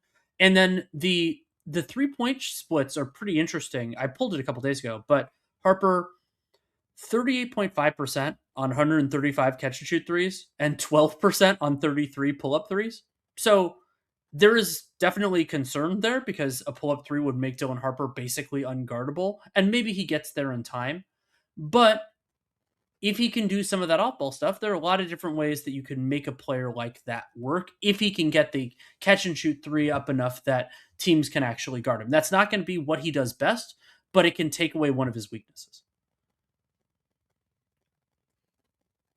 Yeah, I think that's a good point. And particularly if he is running pick and roll with Wembanyama, then it kind of doesn't matter that much that he can't shoot the three off the dribble because he just has that type of pick and roll partner with a lot of versatility. Wembanyama could get better as a screener, but nonetheless, and he's just so physical, getting downhill in transition. Like the Spurs, Wembanyama, I talked about this, Harper, Castle, like these guys are devastating in transition. At Fox, we haven't even really seen that part of his game to the extent it still exists there. So, yeah, I think he's kind of right on track. The shooting has maybe been a little disappointing for me.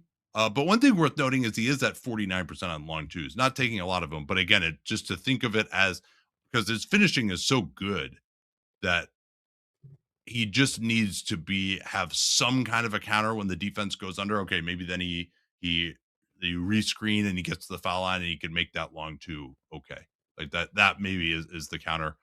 I haven't been like so wowed by his passing necessarily, but he also hasn't been in that lead guard role the way Castle has been a lot of the time. And then Carter Bryant, how about him?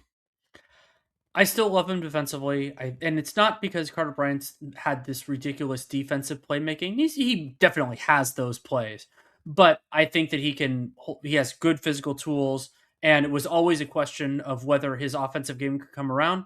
It hasn't been there this year. I'm still thinking it's a possibility. One frustration for me with Bryant, I think he takes too many twos. You can tighten that up a little bit. Sometimes he gets a little speculative there, but because I was way higher on him than most people, and it was because of his defense, and I still believe in his defense.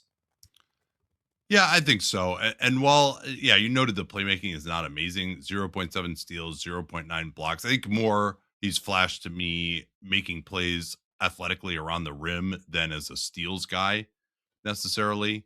He also has really contributed on the glass, 8.2 per 36 there. So he just, when you can jump like him, it's always encouraging that he likes to jump when he is standing around the basket on both ends. Like that is kind of the number one thing that you want. He's going to play hard. And yeah, offensively, it's a work in progress. He's taken 7 per 36, 32%. Like he has, but he hasn't been like a total non-shooter in the sense that he is just afraid to shoot. So yeah, the offense will have to improve for sure, but defensively, in the short amount that we've seen, I've seen all the tools there that you would want. All right, let's finish with the Jazz. We're gonna make it. Woo! The Jazz have volume, though. We talked about a lot of their guys recently. Yeah. We like Sensabaugh, Cody Williams, Filipowski, Collier. We did kind of a whole segment on them. I think actually the last 15 and 60. So we don't need to talk about them very much. We basically said which of those guys would be potentially part of the Jazz next season in smaller roles than they've been in when they've been tanking. So yeah, we got Ace Bailey, Kante George, Kessler a little bit, and yeah, just those three I think are the ones that we need to talk about. And Kessler won't take long. We can start with him. Walker Kessler only played 154 minutes this year. I thought he looked totally good when he was out there, and availability is a concern for him, but we didn't see enough to really have a definitive thing. And so his pending restricted free agency is going to be surreal, especially when you consider how much the team has changed around Kessler since he last played. But I still like him. I still think he's a viable starter. Yeah, and then Keontae George, you got to give him an A+ for his development this Oh year. yeah, Whether I mean the foul drawing is probably the biggest thing that sticks out, but yeah, we it's hard to know exactly where he should rank among point guards just because his defense has been so bad, but it also hasn't been a real situation that he's been in. But offensively, you could see maybe even squint and see him reaching all-star level at some point. But his development basically is what enabled them to hit the gas and try to get Jaren Jackson and succeed in getting Jaren Jackson Jr. And say, yeah, we have another piece as a ball handler, and his finishing has been really good. His 3-point shooting more on a team created side than off the dribble necessarily, but that's fine because they have a lot of other guys too. And then he also will just flash sometimes as a smart cutter, a good transition player. So he should be a guy that hopefully is not going to have really any weaknesses at the point guard position. I'm extremely excited to see what Keontae George will be on a team that's actually trying and good, and I think we're going to get to see that next year. And somebody else who I'm excited about that with is Ace Bailey. And you may say, "Oh, Ace Bailey, 54% true shooting on 21 usage. Why are you feeling good about Ace Bailey?" And it's a lot of the other stuff. And so I've liked what I've seen from Bailey. This is Jazz team is a it's worse than a tire fire defensively, but I think that he's shown some signs of being able to do that. He may be miscast just due to the volume of power forwards and centers that the Jazz have in this iteration. But Well, I do you see think of some. him as a power forward? I think he's defensively. I think he's a three. I'm not Yeah. 100% sure of that, but just if you're playing Markkanen and Jaren, you're not going to have either of those guys defend twos. So in the Kessler iterations, it's going to be a little bit weird. But I think that he can do it. I thought that in that Cooper Flagg explosion against the Jazz, I thought that he was by far their best defender on on Cooper Flagg, and some of that is who the other guys are. But I thought he did that, and then with Ace Bailey, it was this question because he took so many bad shots at Rutgers. Some of the offensive film on him was really terrible. Is well, what if that's going to carry over? And I wish he got to the line more. Some of that is the shift and roll, but the Yeah, three he's pointers. had a few of those lately, right? Like he's Mhm. flashed lately. Yeah, obviously it's silly season, but he's had some pretty big games of late, and you just wonder how real that is. But for a rookie who's this young, like he's been improving throughout the year, I would say. Yeah. And so the three-pointer looks fine. You'd love for it to kick a little bit beyond 35%. And I posited when we watched the film on him that there was a more effective player in there. We haven't seen that all the time with the Jazz, but I do think that's still there. And I think he can defend reasonably well. And he's so the edges, so some of the things that people were concerned about with him, I think that is toned down. But then the idea of the we haven't seen really as many of those star or superstar flashes. So that has diminished for me. Yeah, Locke has been really high on him and what he's been doing in this last bit, and the 3-point volume has been very high. I do think he's looked as, if not more athletic than I hoped he would be, and surely it needs to get stronger. I think he will do that. I think his frame can at least handle some more, but yeah, that not he has the standing reach of a four. Like I don't think he's ever really going to be able to play that, particularly with the league getting bigger and stronger. But he has had some games where he's getting to the line a little bit more. Can't really make decisions on the drive yet, but I think he's going to be a high 30s 3-point shooter. And I mean, he set the rookie record with 19 3-point attempts in a game, and they weren't really like bad shots either. Like he can get his shot off pretty well. I think his form has improved from the outside. So I'm still pretty high on Ace Bailey. I would have him fifth of all the guys that were drafted in the top five, but that's no shade. Like I think he clearly is the fifth best prospect, unless I'm forgetting anybody.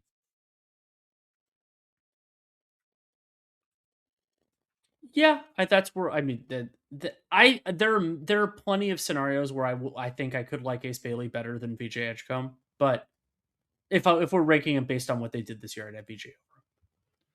Yeah, I mean, some people might say might be higher on Coward. I think I would still rather have Ace Bailey than Coward. I'm not sure really. Like some people might have said Queen at some point, but yeah, we talked about him pretty extensively before. Con Murray Boyles, I don't think has shown quite enough, and he doesn't play as valuable of a position. So yeah, I think he's a clear number 5 in this class. And like you said, there's always some upside there. All right, well, we did it. We made it through all the young players in the Western Conference. Apologize if we didn't get to someone who's a small bit player, but we're somewhat time constrained here. And thanks so much for subscribing and listening. And give us a comment if you don't agree with our take on some of these guys on YouTube. We'd love to hear from you. I actually do read those comments. Read pretty much everything that ever gets sent to me. So unless I'm afraid it's a anti-taking proposal, I think I'm a little burnt out on those at this point. Other than that, I will definitely read any message that you send to me, even if I don't necessarily have time to respond. So thanks for that. And we will talk to y'all tomorrow night on Dunc'd On Prime. Hope to see y'all there.